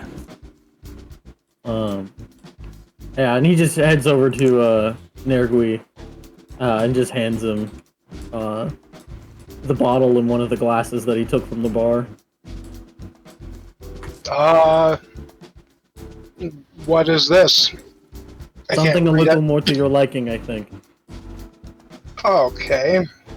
But sniff the bottle. Pour us Smells like it smells like blueberries and alcohol. Yeah. Yeah. I'm Two gonna major pour notes, that's it. like less than a shot and then take a sip of it. It's sweet. It's very sweet. I'm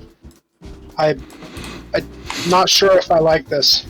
It is somehow both But I will sweet and drink. smoky. Yeah. I will drink it. Thank you. Is he's like just kind of like It's just being polite. gulping it down. It's like It's forcing it down the hatch. yeah. Emmanuel is just basically laughing his ass off internally at this. Lovely. As he's just drinking the soju like a normal person.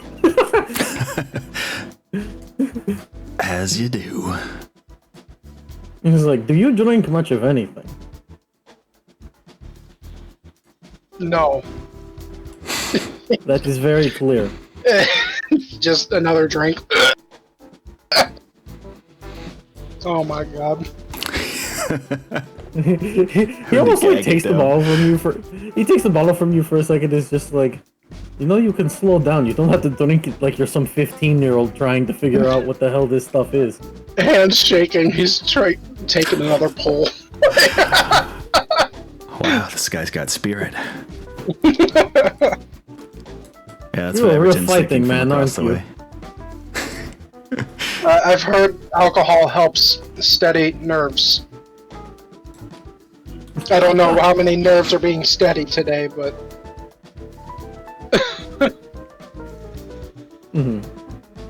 nervous chuckle. Emmanuel just smiles and says, "You have the look of a fighting man written all over your face." Yes, quite. Another pull. Like trying to awkwardly end conversation. Oh god, it's too real. I identified too much with this guy. I do too. I've gotten better, but oh my god. I'm like big pulling on feels. past experience. Yeah, for real. I think there's probably a moment too where like Emmanuel stops for a second and like the smile drops off of his face and he just leans into you, and just points to, he rolled the jacket back down, but he just points to his wrist where you can still see the tips of the big belt of like 50 caliber rounds he has tattooed around his forearms, and he just says, "These aren't for show, friend. You are among friends here. Relax." And he kind of pulls down his collar a little bit, and there's some like ritualistic scarring on the side of his neck. Very Mongolian. Well, neo-Mongolian. Yes, very. Yeah. Emmanuel smiles and just like pulls the collar of his jacket to the side, and you see it is not ritualistic scarring. It looks like he got garroted at some point. Oh my god. That was some ritual. Interesting. And he just like clinks his glass to yours and says, and just says, "To your health, my friend." To yours. And he goes right back to smiling and laughing. I think Joey, with a drink in hand, is going to walk over to Vernon now. Perfect. Now I do have. I just realized we are at the 2/3 mark. I feel like it might be a good break point for us to take a quick little bathroom break, or at least I know I need one, for being honest.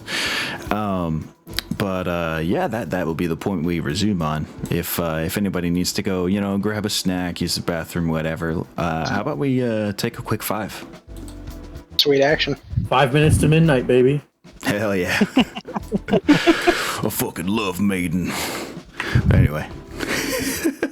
In that case, I'll put up a little BRB screen and we will, how about, let's say, 1208 or 108 or 208, depending on what time zone you're in. But one of those, the 08 mark is when we shall return. Just make sure to set up our voices again this time. Last time you had to shut off when we came back. Oh, yeah. Yeah, I will. Let me actually. Yeah, you have an excellent point. I am gonna mute the Discord server in the meantime, and I will see you all in about 5 minutes. Sweet. See you later. So, now that I suppose we're all back, let us resume the scene. So, is at this point that a few more people start filing in. People who probably had work to do on the ship up until this point. Let's see. Bob. A guy that you've definitely seen walking around before, Peter O'Hara. He enters the scene. He's basically the quartermaster of this whole place, and many of you have probably talked to him in terms of if you've needed to request any items. He's the one who makes sure it's possible. Gotcha. Let's see. So there we go. And then also, the man, the somewhat inexperienced, but more experienced than most crew member who's been put in charge of the new Leopard that's almost permanently docked to the Alpha docking bay collar.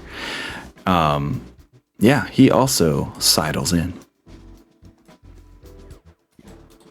There's about... This is the guy that Vernon was giving a ton of shit to earlier? Yes, absolutely. He gives a kind of like, not sour look to Vernon, but more like just like a, an up nod, just like, yep, hey, there you are.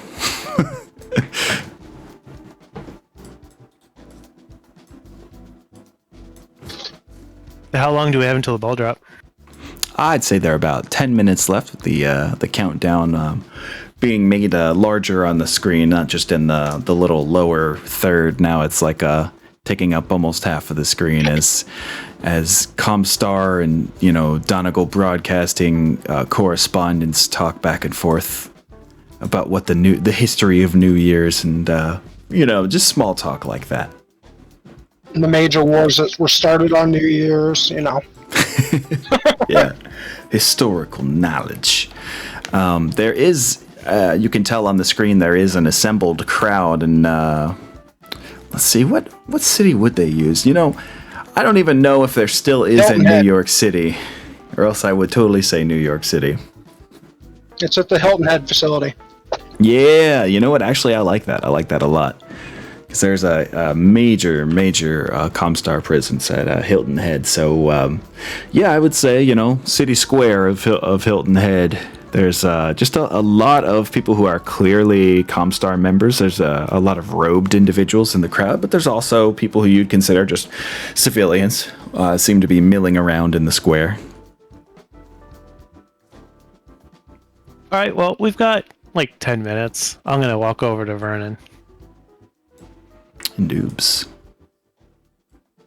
With a drink in hand. Hey, is that a gang thing? No. Vernon just kind of laughs. He's like, no, it's kind of religious. It's metaphysics and Gnosticism. I found it after leaving Andorian. Andorian. I don't think I've heard of Andorian. Uh, I, they I say don't, it's part of Star League now, but I will never buy it. Or five world or Free Worlds League. Sorry. oh, okay. So I Well don't know said. what any of those. I don't know what those words meant. But is that like a culture thing? I don't. It's It looks more kind of than just mathy to culture. me. It is pretty mathy. Okay. Vernon's in a good mood because he's been drinking. So are you like a mathematician or something, or? You could say that. I studied physics, and I am a mechanic now, so to speak. Oh, okay. I've met a lot of mechanics. I'm a pilot. Oh, nice. I've been a pilot. Yeah, we keep each other employed. One cannot exist without the other, so to speak. Yeah. I'm rubbish at fixing my own stuff, so I married a mechanic. Oh, nice.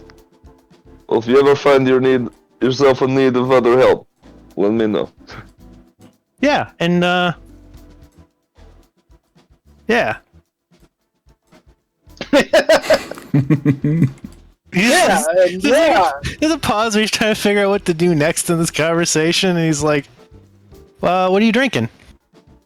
I just got a vodka water. Okay, well, I'm gonna refresh my drink and grab my wife. I'll bring you a drink, and we can wait for this ball thing that everyone's been talking about. Hey, thank you. Be nice.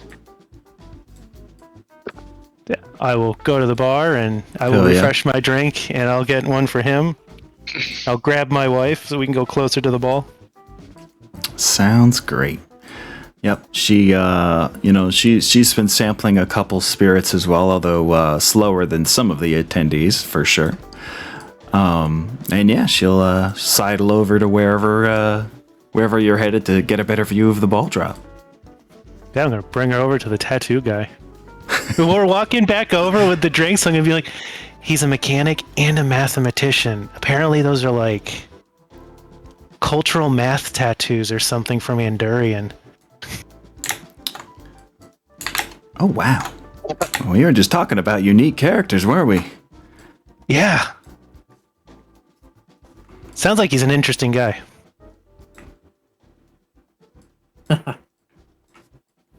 Nice. So yeah, yep, you sidle over with her. I'm back to Vernon. I'm gonna. Oh, go ahead. I don't think I caught your name. I'm Joey. Oh, nice to meet you. I'm Vernon. Vernon, this is my wife, Chrissy. Chrissy, the mechanic mathematician. Nice to meet you, Chrissy. I am going to make my way through the crowd really quick. Like rushing through, almost bowling some people over, trying to dodge and get knocked to the floor. You know. And I'm going to go over to Everton and there's two. I want two drinks. I don't know what they're called. They're really popular back at home. I don't know if you have it. Well, you don't know what they're called. I know Can you that there's describe them? I know there's like cream and vodka, I guess. Might be talking about I a don't White know. Russian. Yeah, that's it. I think it.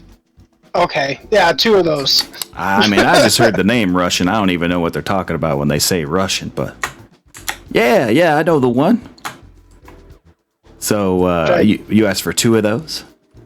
Yes. He will begin mixing two White Russians then. He'll pull out his wallet and pull out like the last house bill that he has for Centrella. and just nice. kind of put it on the table and be like, "For your trouble, sir." Well, that's mightily appreciated there, sir. Like I was telling, oh God, was it Joey he was telling this? Emmanuel. The drinks are free. Oh, yeah, that was Emmanuel, yeah. Yeah, look, I was telling Emmanuel over there, I kind of get by on tips. The base salary ain't much. It's, well, the captain better be glad I rather enjoy my position, you know what I'm saying? Smile and nod. I like that default text there. That's great. Vernon hears this and says, "Well, I can at least cover the tip because you got me a drink." And he throws down more money than he is necessary because he just doesn't know how much is enough. Yeah, I'm guessing it'll be in the upper dozens of sea bills at that point. Yeah, he throws down like 20 sea bills. Or Yeah, 40 that's a pretty sea bills. thick tip. If I recall correctly, Joey's yeah, sea watching bills. all this. I think dollars Joey's to sea watching bills this and is is like they're worth more than $1. of the fact that he's currently paid in air and food right now. So Sea bills, if I remember correctly, doing like some basic eco analysis, sea bills are something like $10. Yeah, $8 to $10. Oh, Yeah, There's a single sea bill. it's quite the exchange. Damn, uh, very nice. I was So unaware his- of the exchange. His eyes never mind. widen at whatever size tip you put down. We've already established it's a big one. He's like, well, damn, stranger. Mighty kind one, aren't you? Yeah, he's been working hard and he's friendly. Yeah, I'm gonna step off to the side when I see him coming up. Just kind of, okay, smile and nod. And then like rush my way back over here to give Emmanuel one of the drinks. do Nice. do I notice Nergui being like stepping away from Vernon and sort of is it obvious enough to notice? Yeah, I guess that would be a Highmont question for sure. I'm not hiding it. Like it's the only thing that would block that is like the amount of people, and I don't know how thick it is. It's by the bar, so maybe, but Hey, it's okay, little guy. He's not a gang guy. He's a mechanic and a mathematician. and by that time I dipped. I don't think these people Little think guy. much of my people. Oh, well, that's unfortunate. Oh, no, he may be different. Funny thing is, I don't think my character's even seen an Andorian person. Like, anybody that's outside of the Confederation, this ship is probably the first people. Oh man, Emmanuel at seeing this exchange is just like, oh Jesus Christ. Emmanuel, this is from my home planet. Here you go. Hands him one of the White Russians. Well, thank you. Hell yeah. So, you said it is a White Russian. That's what I was told. All right. Well, here's to Russia, wherever that is. I raise my glass, smile and nod, and then take a drink.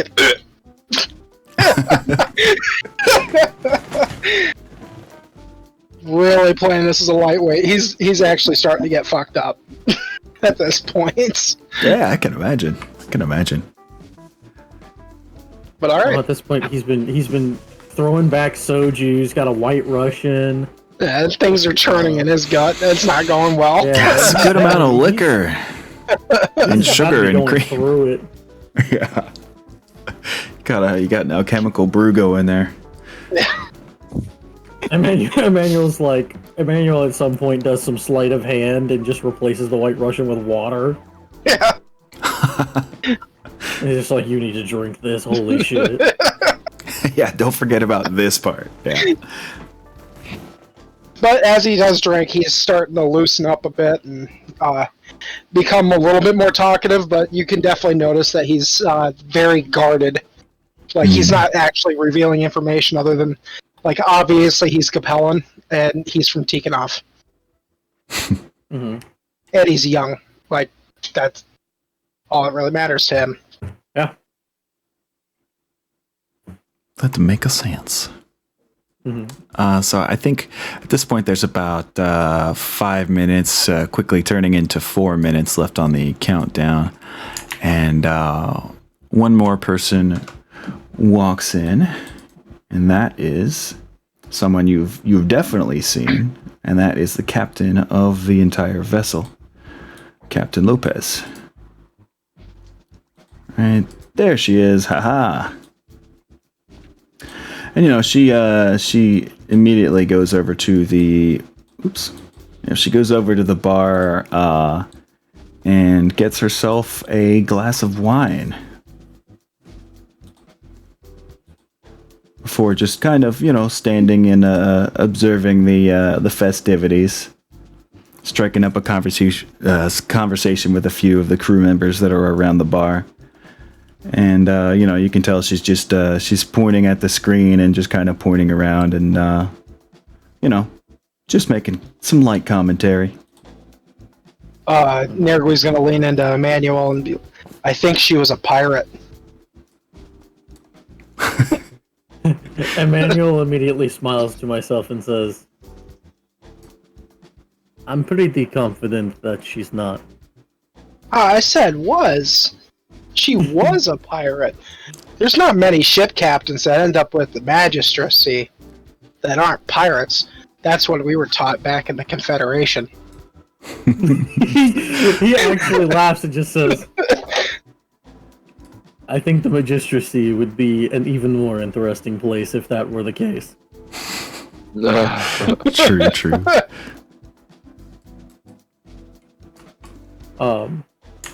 Yeah, and he just kind of thinks to himself, "Ha, yeah, magistracy, real big fans of us."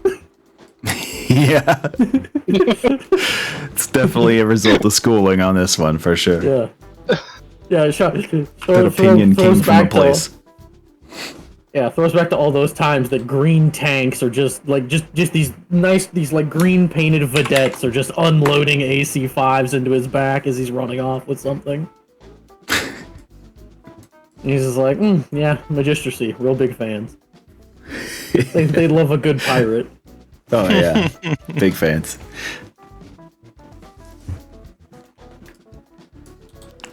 So, I would say that it is at this point that the New Year's ball drop is about to begin. There's 1 minute left on the countdown. Is there any other, final prep or getting in towards the screen that anyone wants to do, or are they just chilling where they're at? Where's Dominic? Dominic is towards the end of, or one of the ends of the screen, kind of leaning against a sofa, just idly watching. Okay. So Emmanuel's kind of just settles in, but he keeps one eye on Dominic, and basically is just trying to keep track of where he is. Well, damn. If I had put stats on these tokens, I'd have him make a perception check. But alas, I cannot for this RP session, unfortunately. I think he is aware enough that he feels like he's being watched, but doesn't really make anything of it because, it's just a party.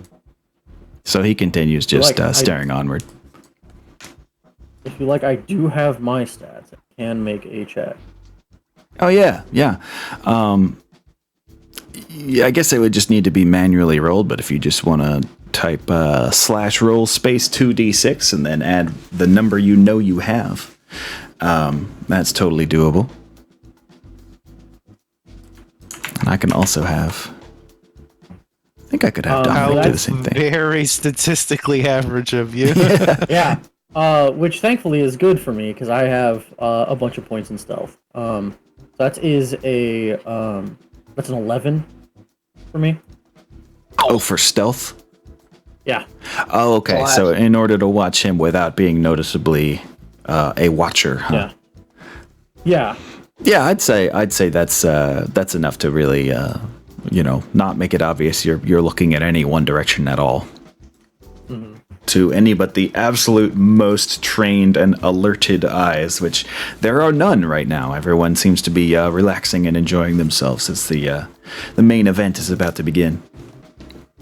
Yeah, and I think we just I think maybe if there's just a moment where the camera just sort of sees the bottle of soju next to Emmanuel, on the floor next to the chair, and it's just still mostly full, and it actually has a bunch of clearly cloudy white Russian poured into it on top. Oh God, what a combo. He hasn't actually been drinking most of the night. Oh, interesting.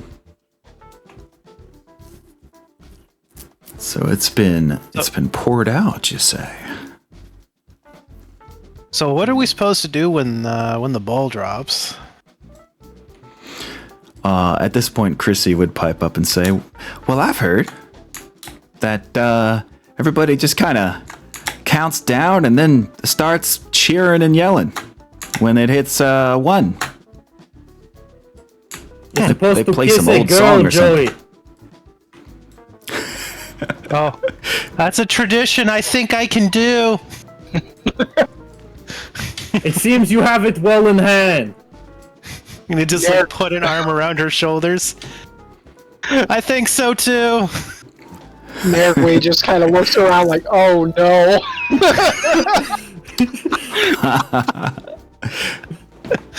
I think at this Emmanuel point just smiles.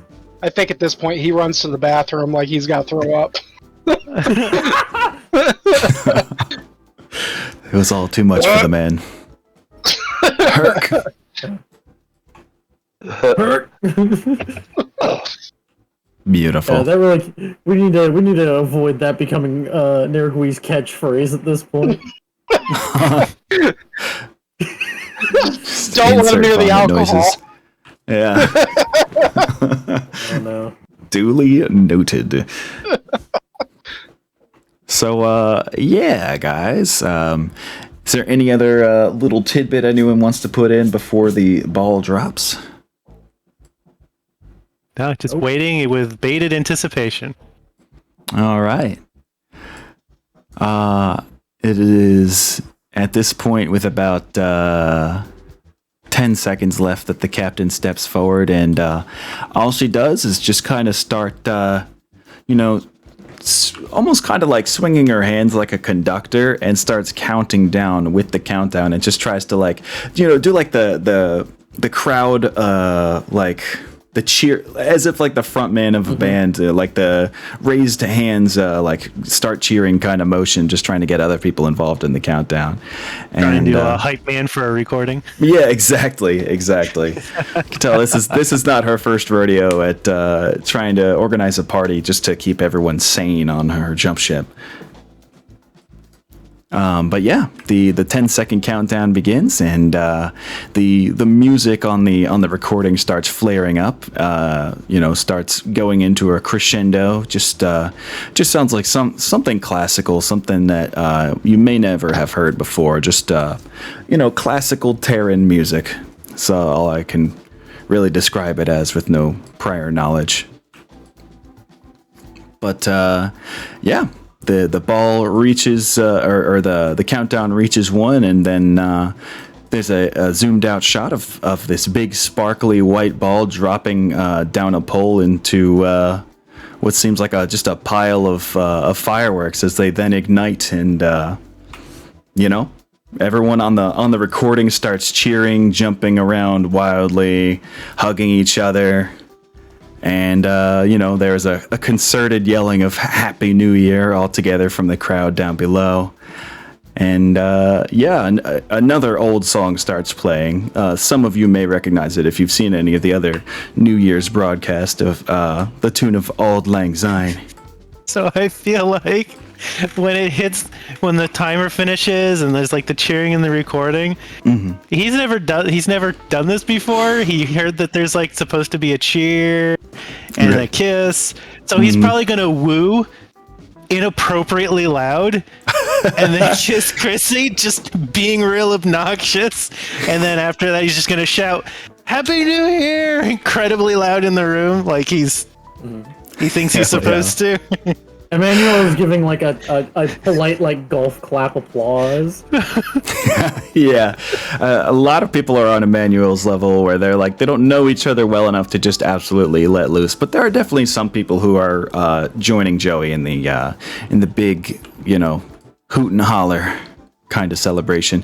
Dominic is actually among them. It seems like he's seen these Terran New Year's before, and he's even kind of humming loudly the song of Auld Lang Syne, but he clearly does not know the words. He's just kind of doing that thing where you're like half humming and half mumbling. Yeah, he's nailing it. Aragorn's coming out of the bathroom right as it happens, and he's like wiping off his mouth, and he's just like, "Hey, just a little one." Yeah, whatever you could muster. Vernon throws up and cheers with his drink, and says Happy New Year's, goes back to sipping on his drink. He's in a great mood. He seems to be laughing about old boy jumping around and hollering. Beautiful. Yeah, it's about half and half the people who are just kind of politely standing around and smiling and clapping, and then we've got a handful of rabble-rousers, Joey among them. To be clear, Emmanuel is specifically golf clapping at Joey. You go get him, Tiger.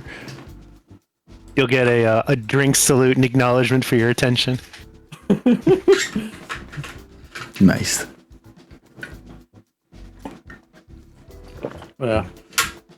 Yep, so the fanfare eventually dies down on the screen, and it goes back to, just a whole bunch of small talk between the correspondents, and, they start naming off their hopes for the new year and everything. Once again, you can tell a lot of it's like prearranged and pre-scripted, but, the personalities on the screen are getting along well enough. Wait, what?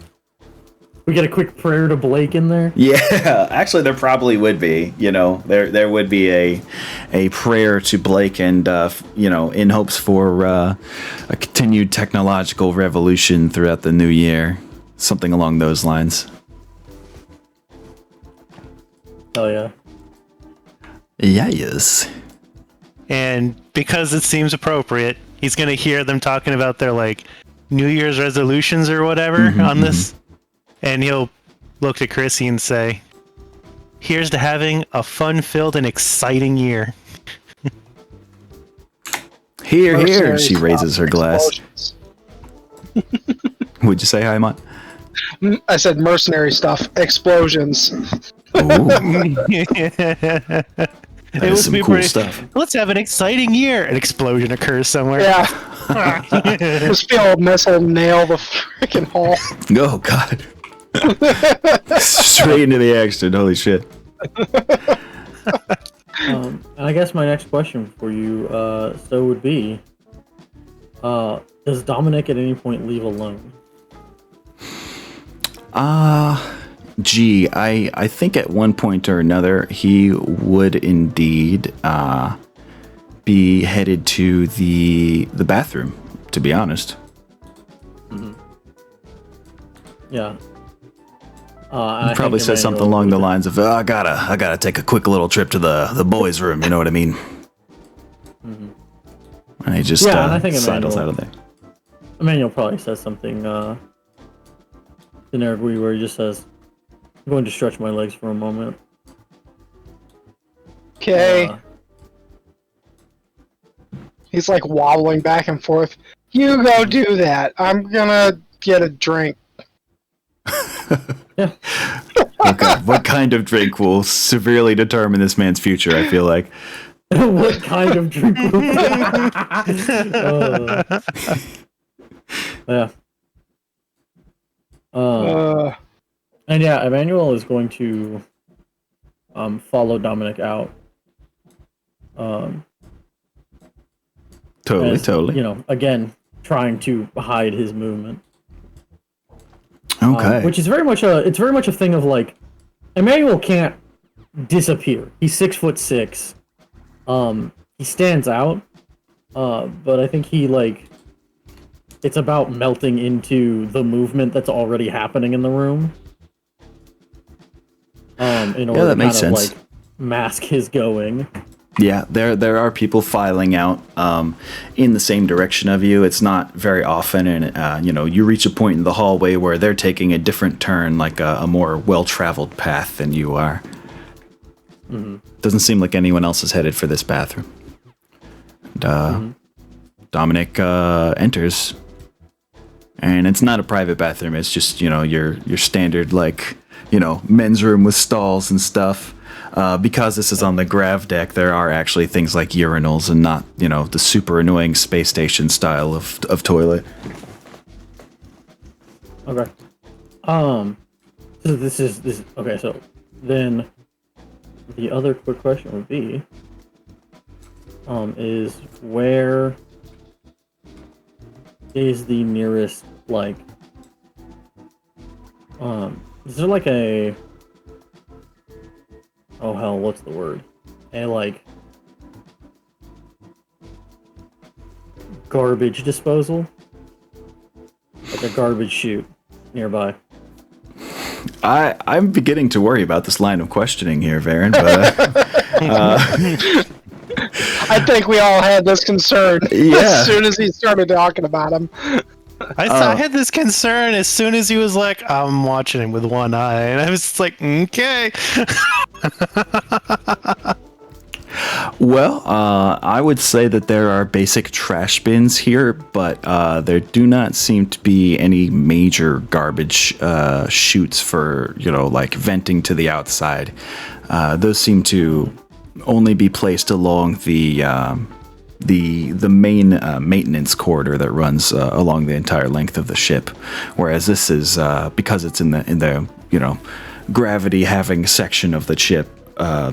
It would be much harder to feed to those areas, so they just choose to do it the old school janitor style, where they just have big black contractor trash bags and such inside of covered trash cans. Then I think that Emmanuel just walks right past the bathroom and keeps walking. Okay. This would be taking place in the hallways that run between the sectors.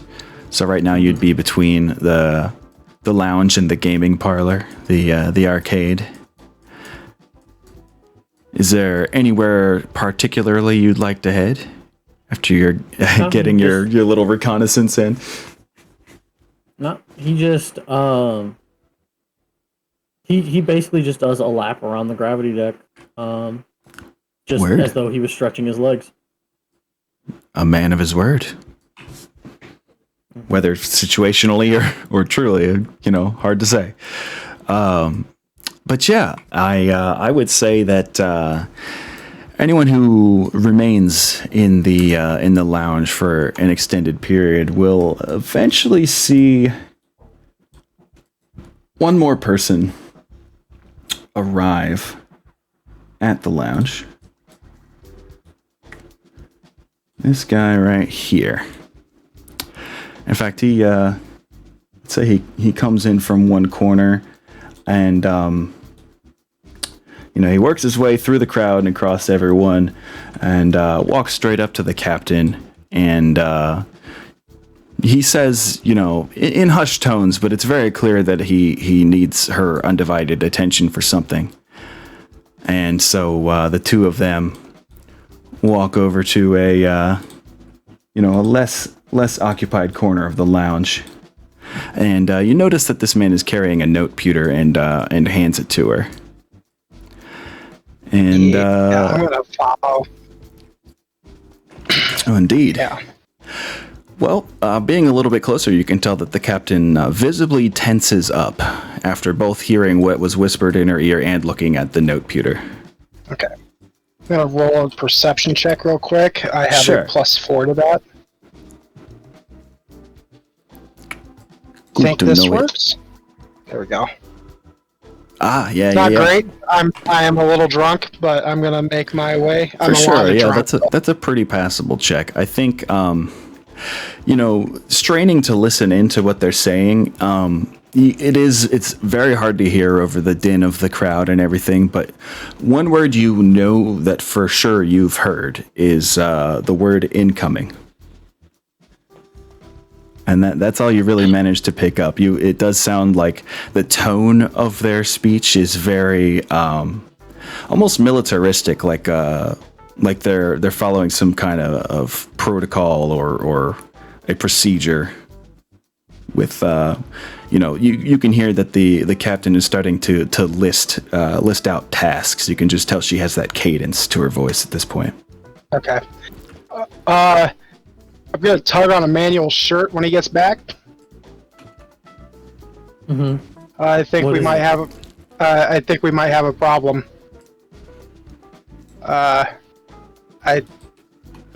There's the captain's upset, and I heard incoming.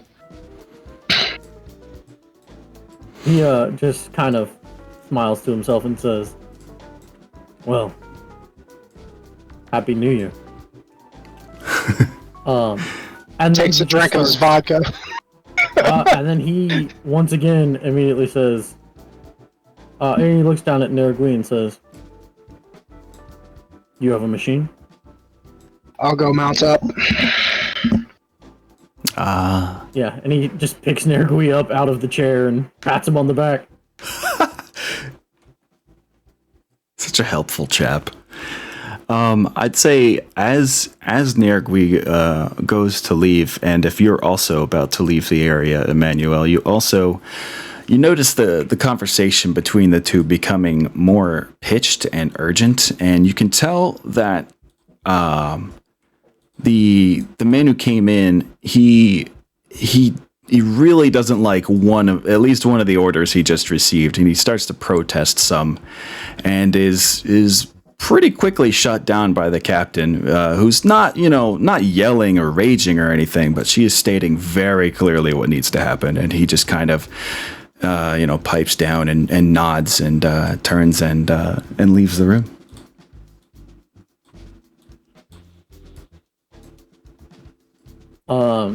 Yeah, Emmanuel is actually gonna follow that guy. Okay. Because he's heading for the bridge most likely.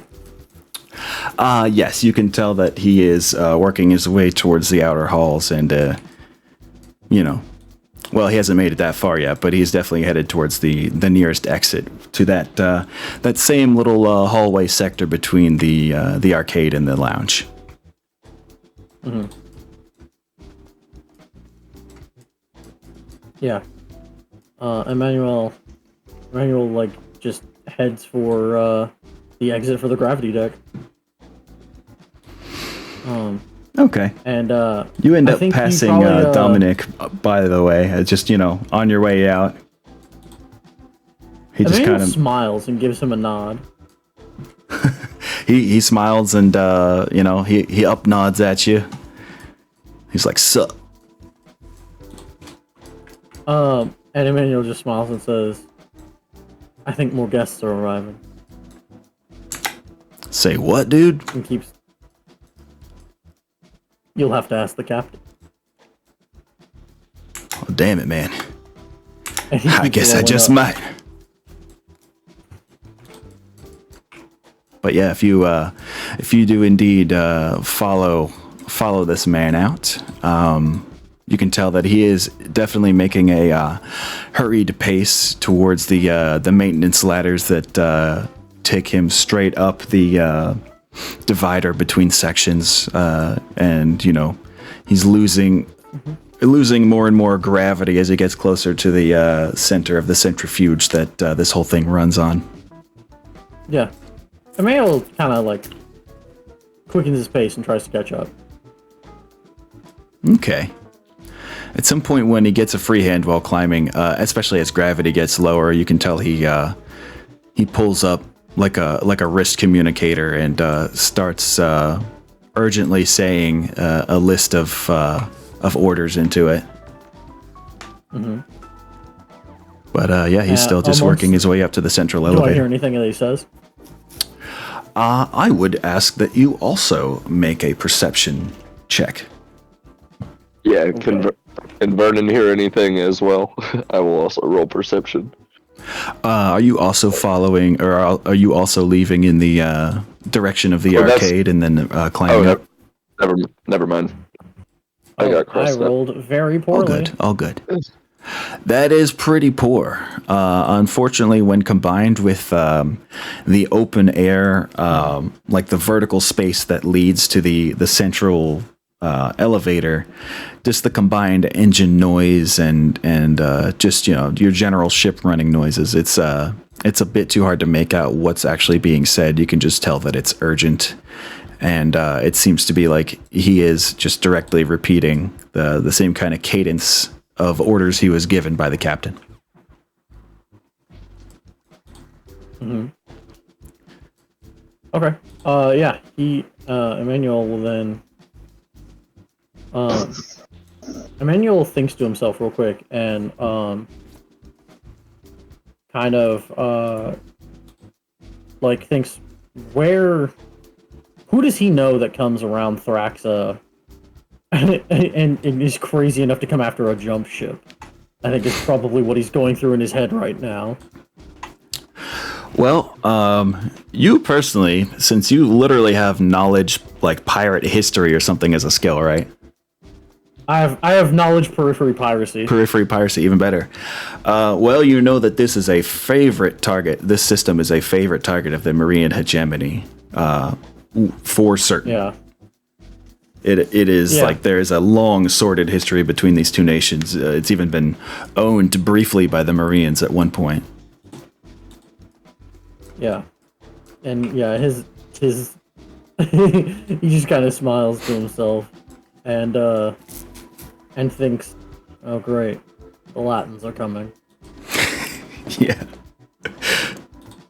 the cosplayers The are fake coming. Romans. Yeah. And at that point he starts. He's like, I'm gonna need my mech." I like that.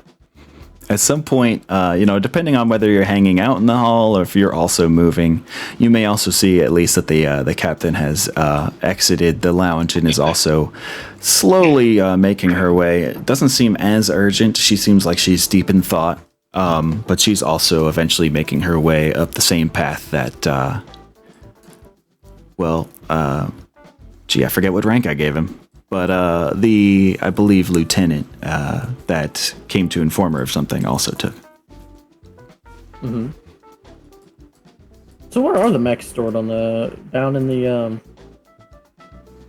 We're talking like the guest hardware is all stored on the attached Leopard. It's they do it to save multiple steps in the unloading of cargo. They use their newly acquired Leopard as a shuttle for bringing larger pieces of hardware or personal cargo to and from wherever they need it to go. I suppose it conveniently means it's in an actual mech bay. Yeah, exactly. They also, up until now, they've taken a few requests as a company over the last years, to carry people's battle mechs for them, and it was such a hassle that they eventually decided to invest in a Leopard, just to have dedicated mech gantries to store them in and everything, instead of trying to mothball a mech or lie down an intact mech inside their small craft bay or some silliness like that. It was all a bit much for her. So she was like, you know what, I'm biting the bullet. We're going to make an investment here. And that they did. And, yeah, I think Emmanuel's just heading for the fucking Leopard then. Very nice, very nice. I will say that we are quickly approaching time for the day. This time I'm actually keeping track of time. Imagine that. But of course I want to, leave the ability for anyone else to, just at least say where they might be headed, or whatever else might take a few minutes, because there is one last little thing I want to do. But just in case, anyone else has a direction they're already thinking of, feel free to let me know now. Joey has no indication that he should be doing anything other than small talking with his new maybe friend. Yeah. You might have Blissfully unaware. Saying Vernon at the moment is caught in conversation. You guys might have seen Nergui leaving, like changing demeanor like pretty quickly. Mhm. That, like maybe a perception check or something like that. I mean, would yeah. see that. I mean, Yeah. I'll roll Sneaking it, out. but I don't know if he'd do anything other than make it a conversation piece. Let's see. So Yeah, then yeah. that's fine. But That's at least true. you know something's happening. Yep. Good I point. think Vernon It's- would pick up on something. Hey guys, I'm winning.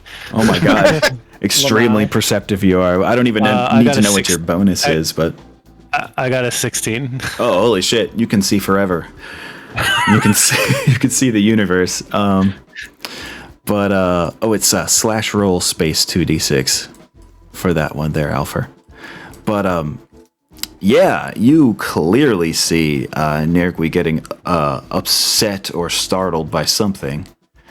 And, he quickly makes his way out. And you also notice that, since you're only just now looking, but you definitely have noticed that, what's his name? Fucking Emmanuel has left the area as well. I swear to God, I'm typing what you said. What did you say it was? Slash roll space Slash roll. Slash roll. or slash R space Oh, yeah, 2d6. I forgot about the shortcut. It's the same in a Foundry. Alright. Yeah. I Nice. got a 10, I think. Wait, let me look at my character sheet. Good to make sure. Good to make sure. Got at least a 7. With your wisdom. I actually got a. Power. What did I roll? You A rolled a six. 6 on the dice. I got an 11 then. Damn. You're a perceptive fellow. Okay. You weren't kidding about taking ranks in that. All right. So yeah, it was one of my life module bonuses. now you Hey, wouldn't note as the- much. You wouldn't note as many details about Nergui's demeanor, but you would have definitely seen him make his way out of there in a hurry. Not long after, also Emmanuel made his way out in a bit of a hurry. The little guy who couldn't hold his liquor has been on all kinds of a roller coaster. Yes, he seems like he's having a tough night. He went from being real quiet to hanging out with the really tall dude to getting shit-faced to puking everywhere, and now he's running out of here in a panic after the guy. I don't know. Want to go make sure he's okay? Let's go see what that's about. Yeah, let's make sure he makes it where he's trying to get to. It might take both of us to carry him. Yeah, if he's absolute dead weight, then that's just gonna be real annoying and with all this weird gravity. Yeah, better make it to the low gravity before he becomes dead weight, huh? Yeah. Well, we're just gonna go check on the little guy, honey. We'll be back. Yeah, Chrissy just smiles and nods and is just assuming it's just some good party etiquette you're doing, and goes to the bar and actually asks for a glass of wine in your absence. No, he'll finish. He's just gonna down the rest of his drink, put it on put the empty glass on a table, and then head out with Vernon. Whatever weird liquor it is. Whatever it is, he's not gonna leave it behind. I would say that about the time that you two reach the interim hall between sectors, it is at this point that the captain has made her way to the bridge and makes a brief announcement over the intercoms as the tinny sound of the intercom echoes through all the corridors. You can tell there's both speakers inside the sections and then some way up high inside the the tall rafter sections between each sector. But yeah, she there's just like the usual little intercom starting sound of ding dong, and then you hear, "This is Captain Lopez. I have a request. I would like any and all combat or strategic members of our coterie to please join me on the bridge for a small emergency briefing section, if you will, please." And you can tell she is like struggling to still sound like a polite, like a host, while also clearly wrestling with something. Right, you'll just look at Vernon. Vernon told him he's a pilot. Yeah. He's gonna look at him and say, "I think she's ringing." Should we go see what she needs? I hope we find the little guy on the way. Right?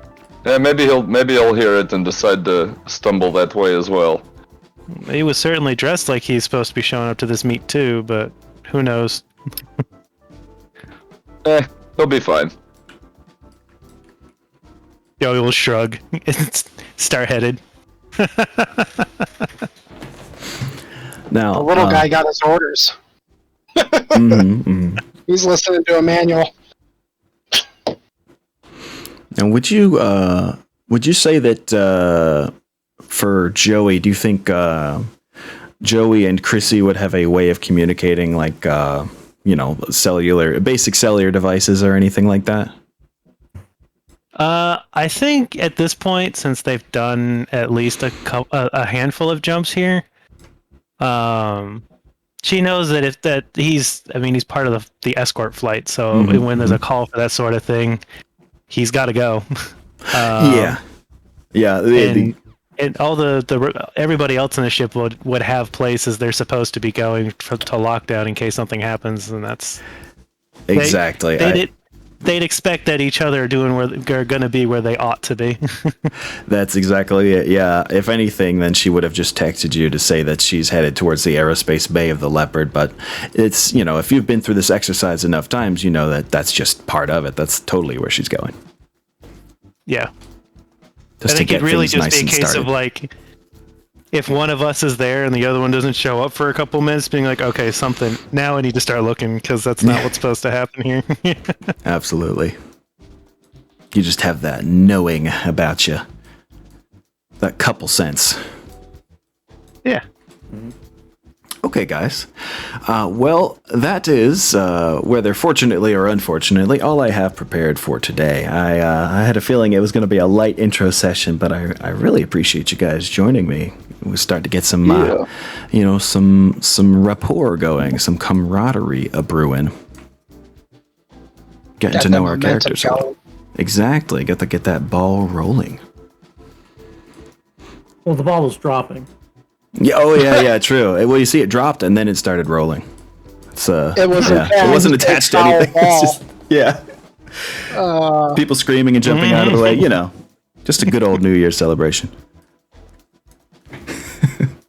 The Indiana Jones theme starts playing. Yeah. A real tone change. But yeah, guys, thank you so much for showing up and doing your character due. I assume that we're all good for next week at the same time. Yep. It may be. Well, I'll talk about it offline. But yeah, we'll just keep each other abreast of any schedule changes as we go. We're in action. Cha. Yep. Cool. Okay, friendos. On that note, I will once again thank you all for coming. And, we'll see what happens. We'll see what this is all about next time on Sins Unearthed. Ta-da. All right, guys. I hope you'll have an amazing rest of your days. I think I'm about to go make myself some lunch. The bat thing Yeah. is an actual thing. The planet I picked, that the bat thing is an actual thing in the lore. It's so fucking weird. I was gonna say, it sounds like the same thing that the Arcabs have going. Like, they got this whole, like, yeah, they have, like, people on the planet are naturally resistant to diseases and poisons because of their immune systems being boosted from being attacked by these bats all the fucking time. That's cool. Oh, what the fuck? Yeah. Like, I didn't realize. His whole story was, like, straight out of Sarna. Like, That's, I mean, dude, the lore is so goddamn thick. That's all you can do for sure. yeah, I mean, It's it just took me too much about to an cover. hour. I was like, I just started looking at the planets that were near where we were at, just to try to find something so he was semi-local. And I just started searching them on Sarna until I found one that had a paragraph of lore to read. And I was like, all right, bats, deadly bat. That's fucking weird. I'm sold. That's my planet. Perfect. Yeah. Yeah, that is the bar for entry, isn't it? Oh, that's fucking weird. Oh, cool. That's me now. But okay, folkies. I am gonna go make some lunch. And I hope everyone has an amazing rest of their whatever. Well, I guess Yeah, I'm it's still daytime for streaming. all of us here. I'm used to giving like a time zone free sign out for my stream, but you know. Yeah. Have an amazing one, guys. I'm gonna go You eat. too. Peace. Ciao. All right, folks. And that is officially session 1 of Sins Unearthed. And went, I have to tell you, I was fucking panicking for most of last night and this morning. So that actually went a good bit better than I expected. And, you know, even with more prep work put into the next session, I think I will slowly but surely be stamping out those nerves and smoothing everything out, you know. I appreciate that, Tin Cat. I'm glad you thought it was a great stream. You know, I'm still clearly tackling a lot of technical difficulties here, even on the sound end of things, which is just a fucking perennial battle that will never end with my hardware and software. Just something is going to be messing with my sound every time. But, you know, just getting more practice under my belt for that kind of thing, I guess. The more times it happens, the more I think I'm learning. So, yeah. With that all being said, I appreciate everybody who came along to lurk or chat. I appreciate all of you. We need a big Samoan pilot named Pinky in the universe. Damn. Thanks for the party sickness. Yeah. No problem there, Hushin. I mean, obviously New Year's party has to have an open bar. Are you still streaming tomorrow, asked Tin Cat? Yes. Let me double check everything here. I will be streaming, although it will be a late start because I actually have a job interview tomorrow that is scheduled for my exact start time. When I heard that over the phone from the person offering the interview, she was like, "Yeah, how's Tuesday at 2 p.m. sound?" And I was like, "Great, you know, priorities. I gotta get paid." I'm sure y'all understand. Oh, thank you for the wishing of good luck there, Tin Cat. Yeah. I even got my fucking neck beard trimmed for this one. That's, you know, that means something when that happens. Oh, God. Ironside Sirens. Wait a second, that should be playing right now. What the fuck? Did I just make you waste your sound alert? I'm so sorry if so. I owe you some cannabinoids, you know, one way or the other. And then, yes, Hashin, that is also true. Project Athena, AP Gaming Reel's Grand Strategy / BattleTech Alpha Strike new project is, well, we're solidifying our first big moves of the game on the strategy layer. And I have a lot of research to do about Alpha Strike. I've never actually played it. I am teaching myself. I already know the basic rules now. I just need to learn more intermediate, like, you know, rules about how units interact and stuff like that. And, you know, the movement types and things like that when it comes to vehicles and infantry, what changes there. between classic and alpha. Yeah. Yeah, it helps, Tin Cat, that you have a lot of points for hanging out as much as you do. Wonderful, wonderful. Other people can get involved. In Sins Unearthed, absolutely. I am totally looking for guest character slots in the future as we move along. And, after we nicely establish the core group. In Athena. I believe so. I think it requires signing up. Well, the participants who actually have control over military forces are patrons of AP Gaming Real's Patreon.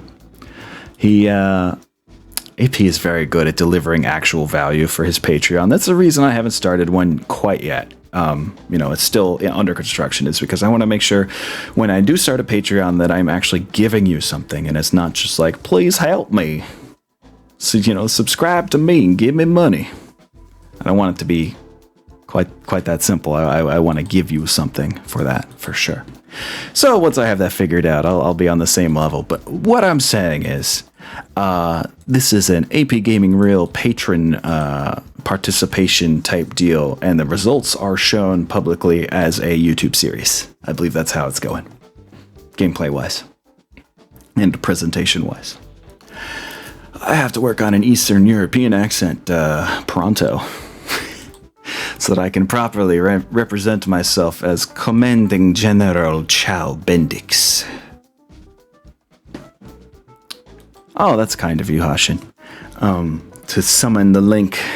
But yeah, we got some decision making to do on that strategy level, so I'll be talking to you tonight about that too, Hashin. In the meantime, like I said, I'm gonna go make myself a small late lunch, and I hope everyone has an amazing rest of their whatever, It's been a good one so far, and I aims to keep it that way over here. Thank you, Tin Cat. I will indeed eat a good meal. Much, much appreciated. So, yep. On that note, I hope everyone has a great one. Much love and much peace be upon you. Catch you later.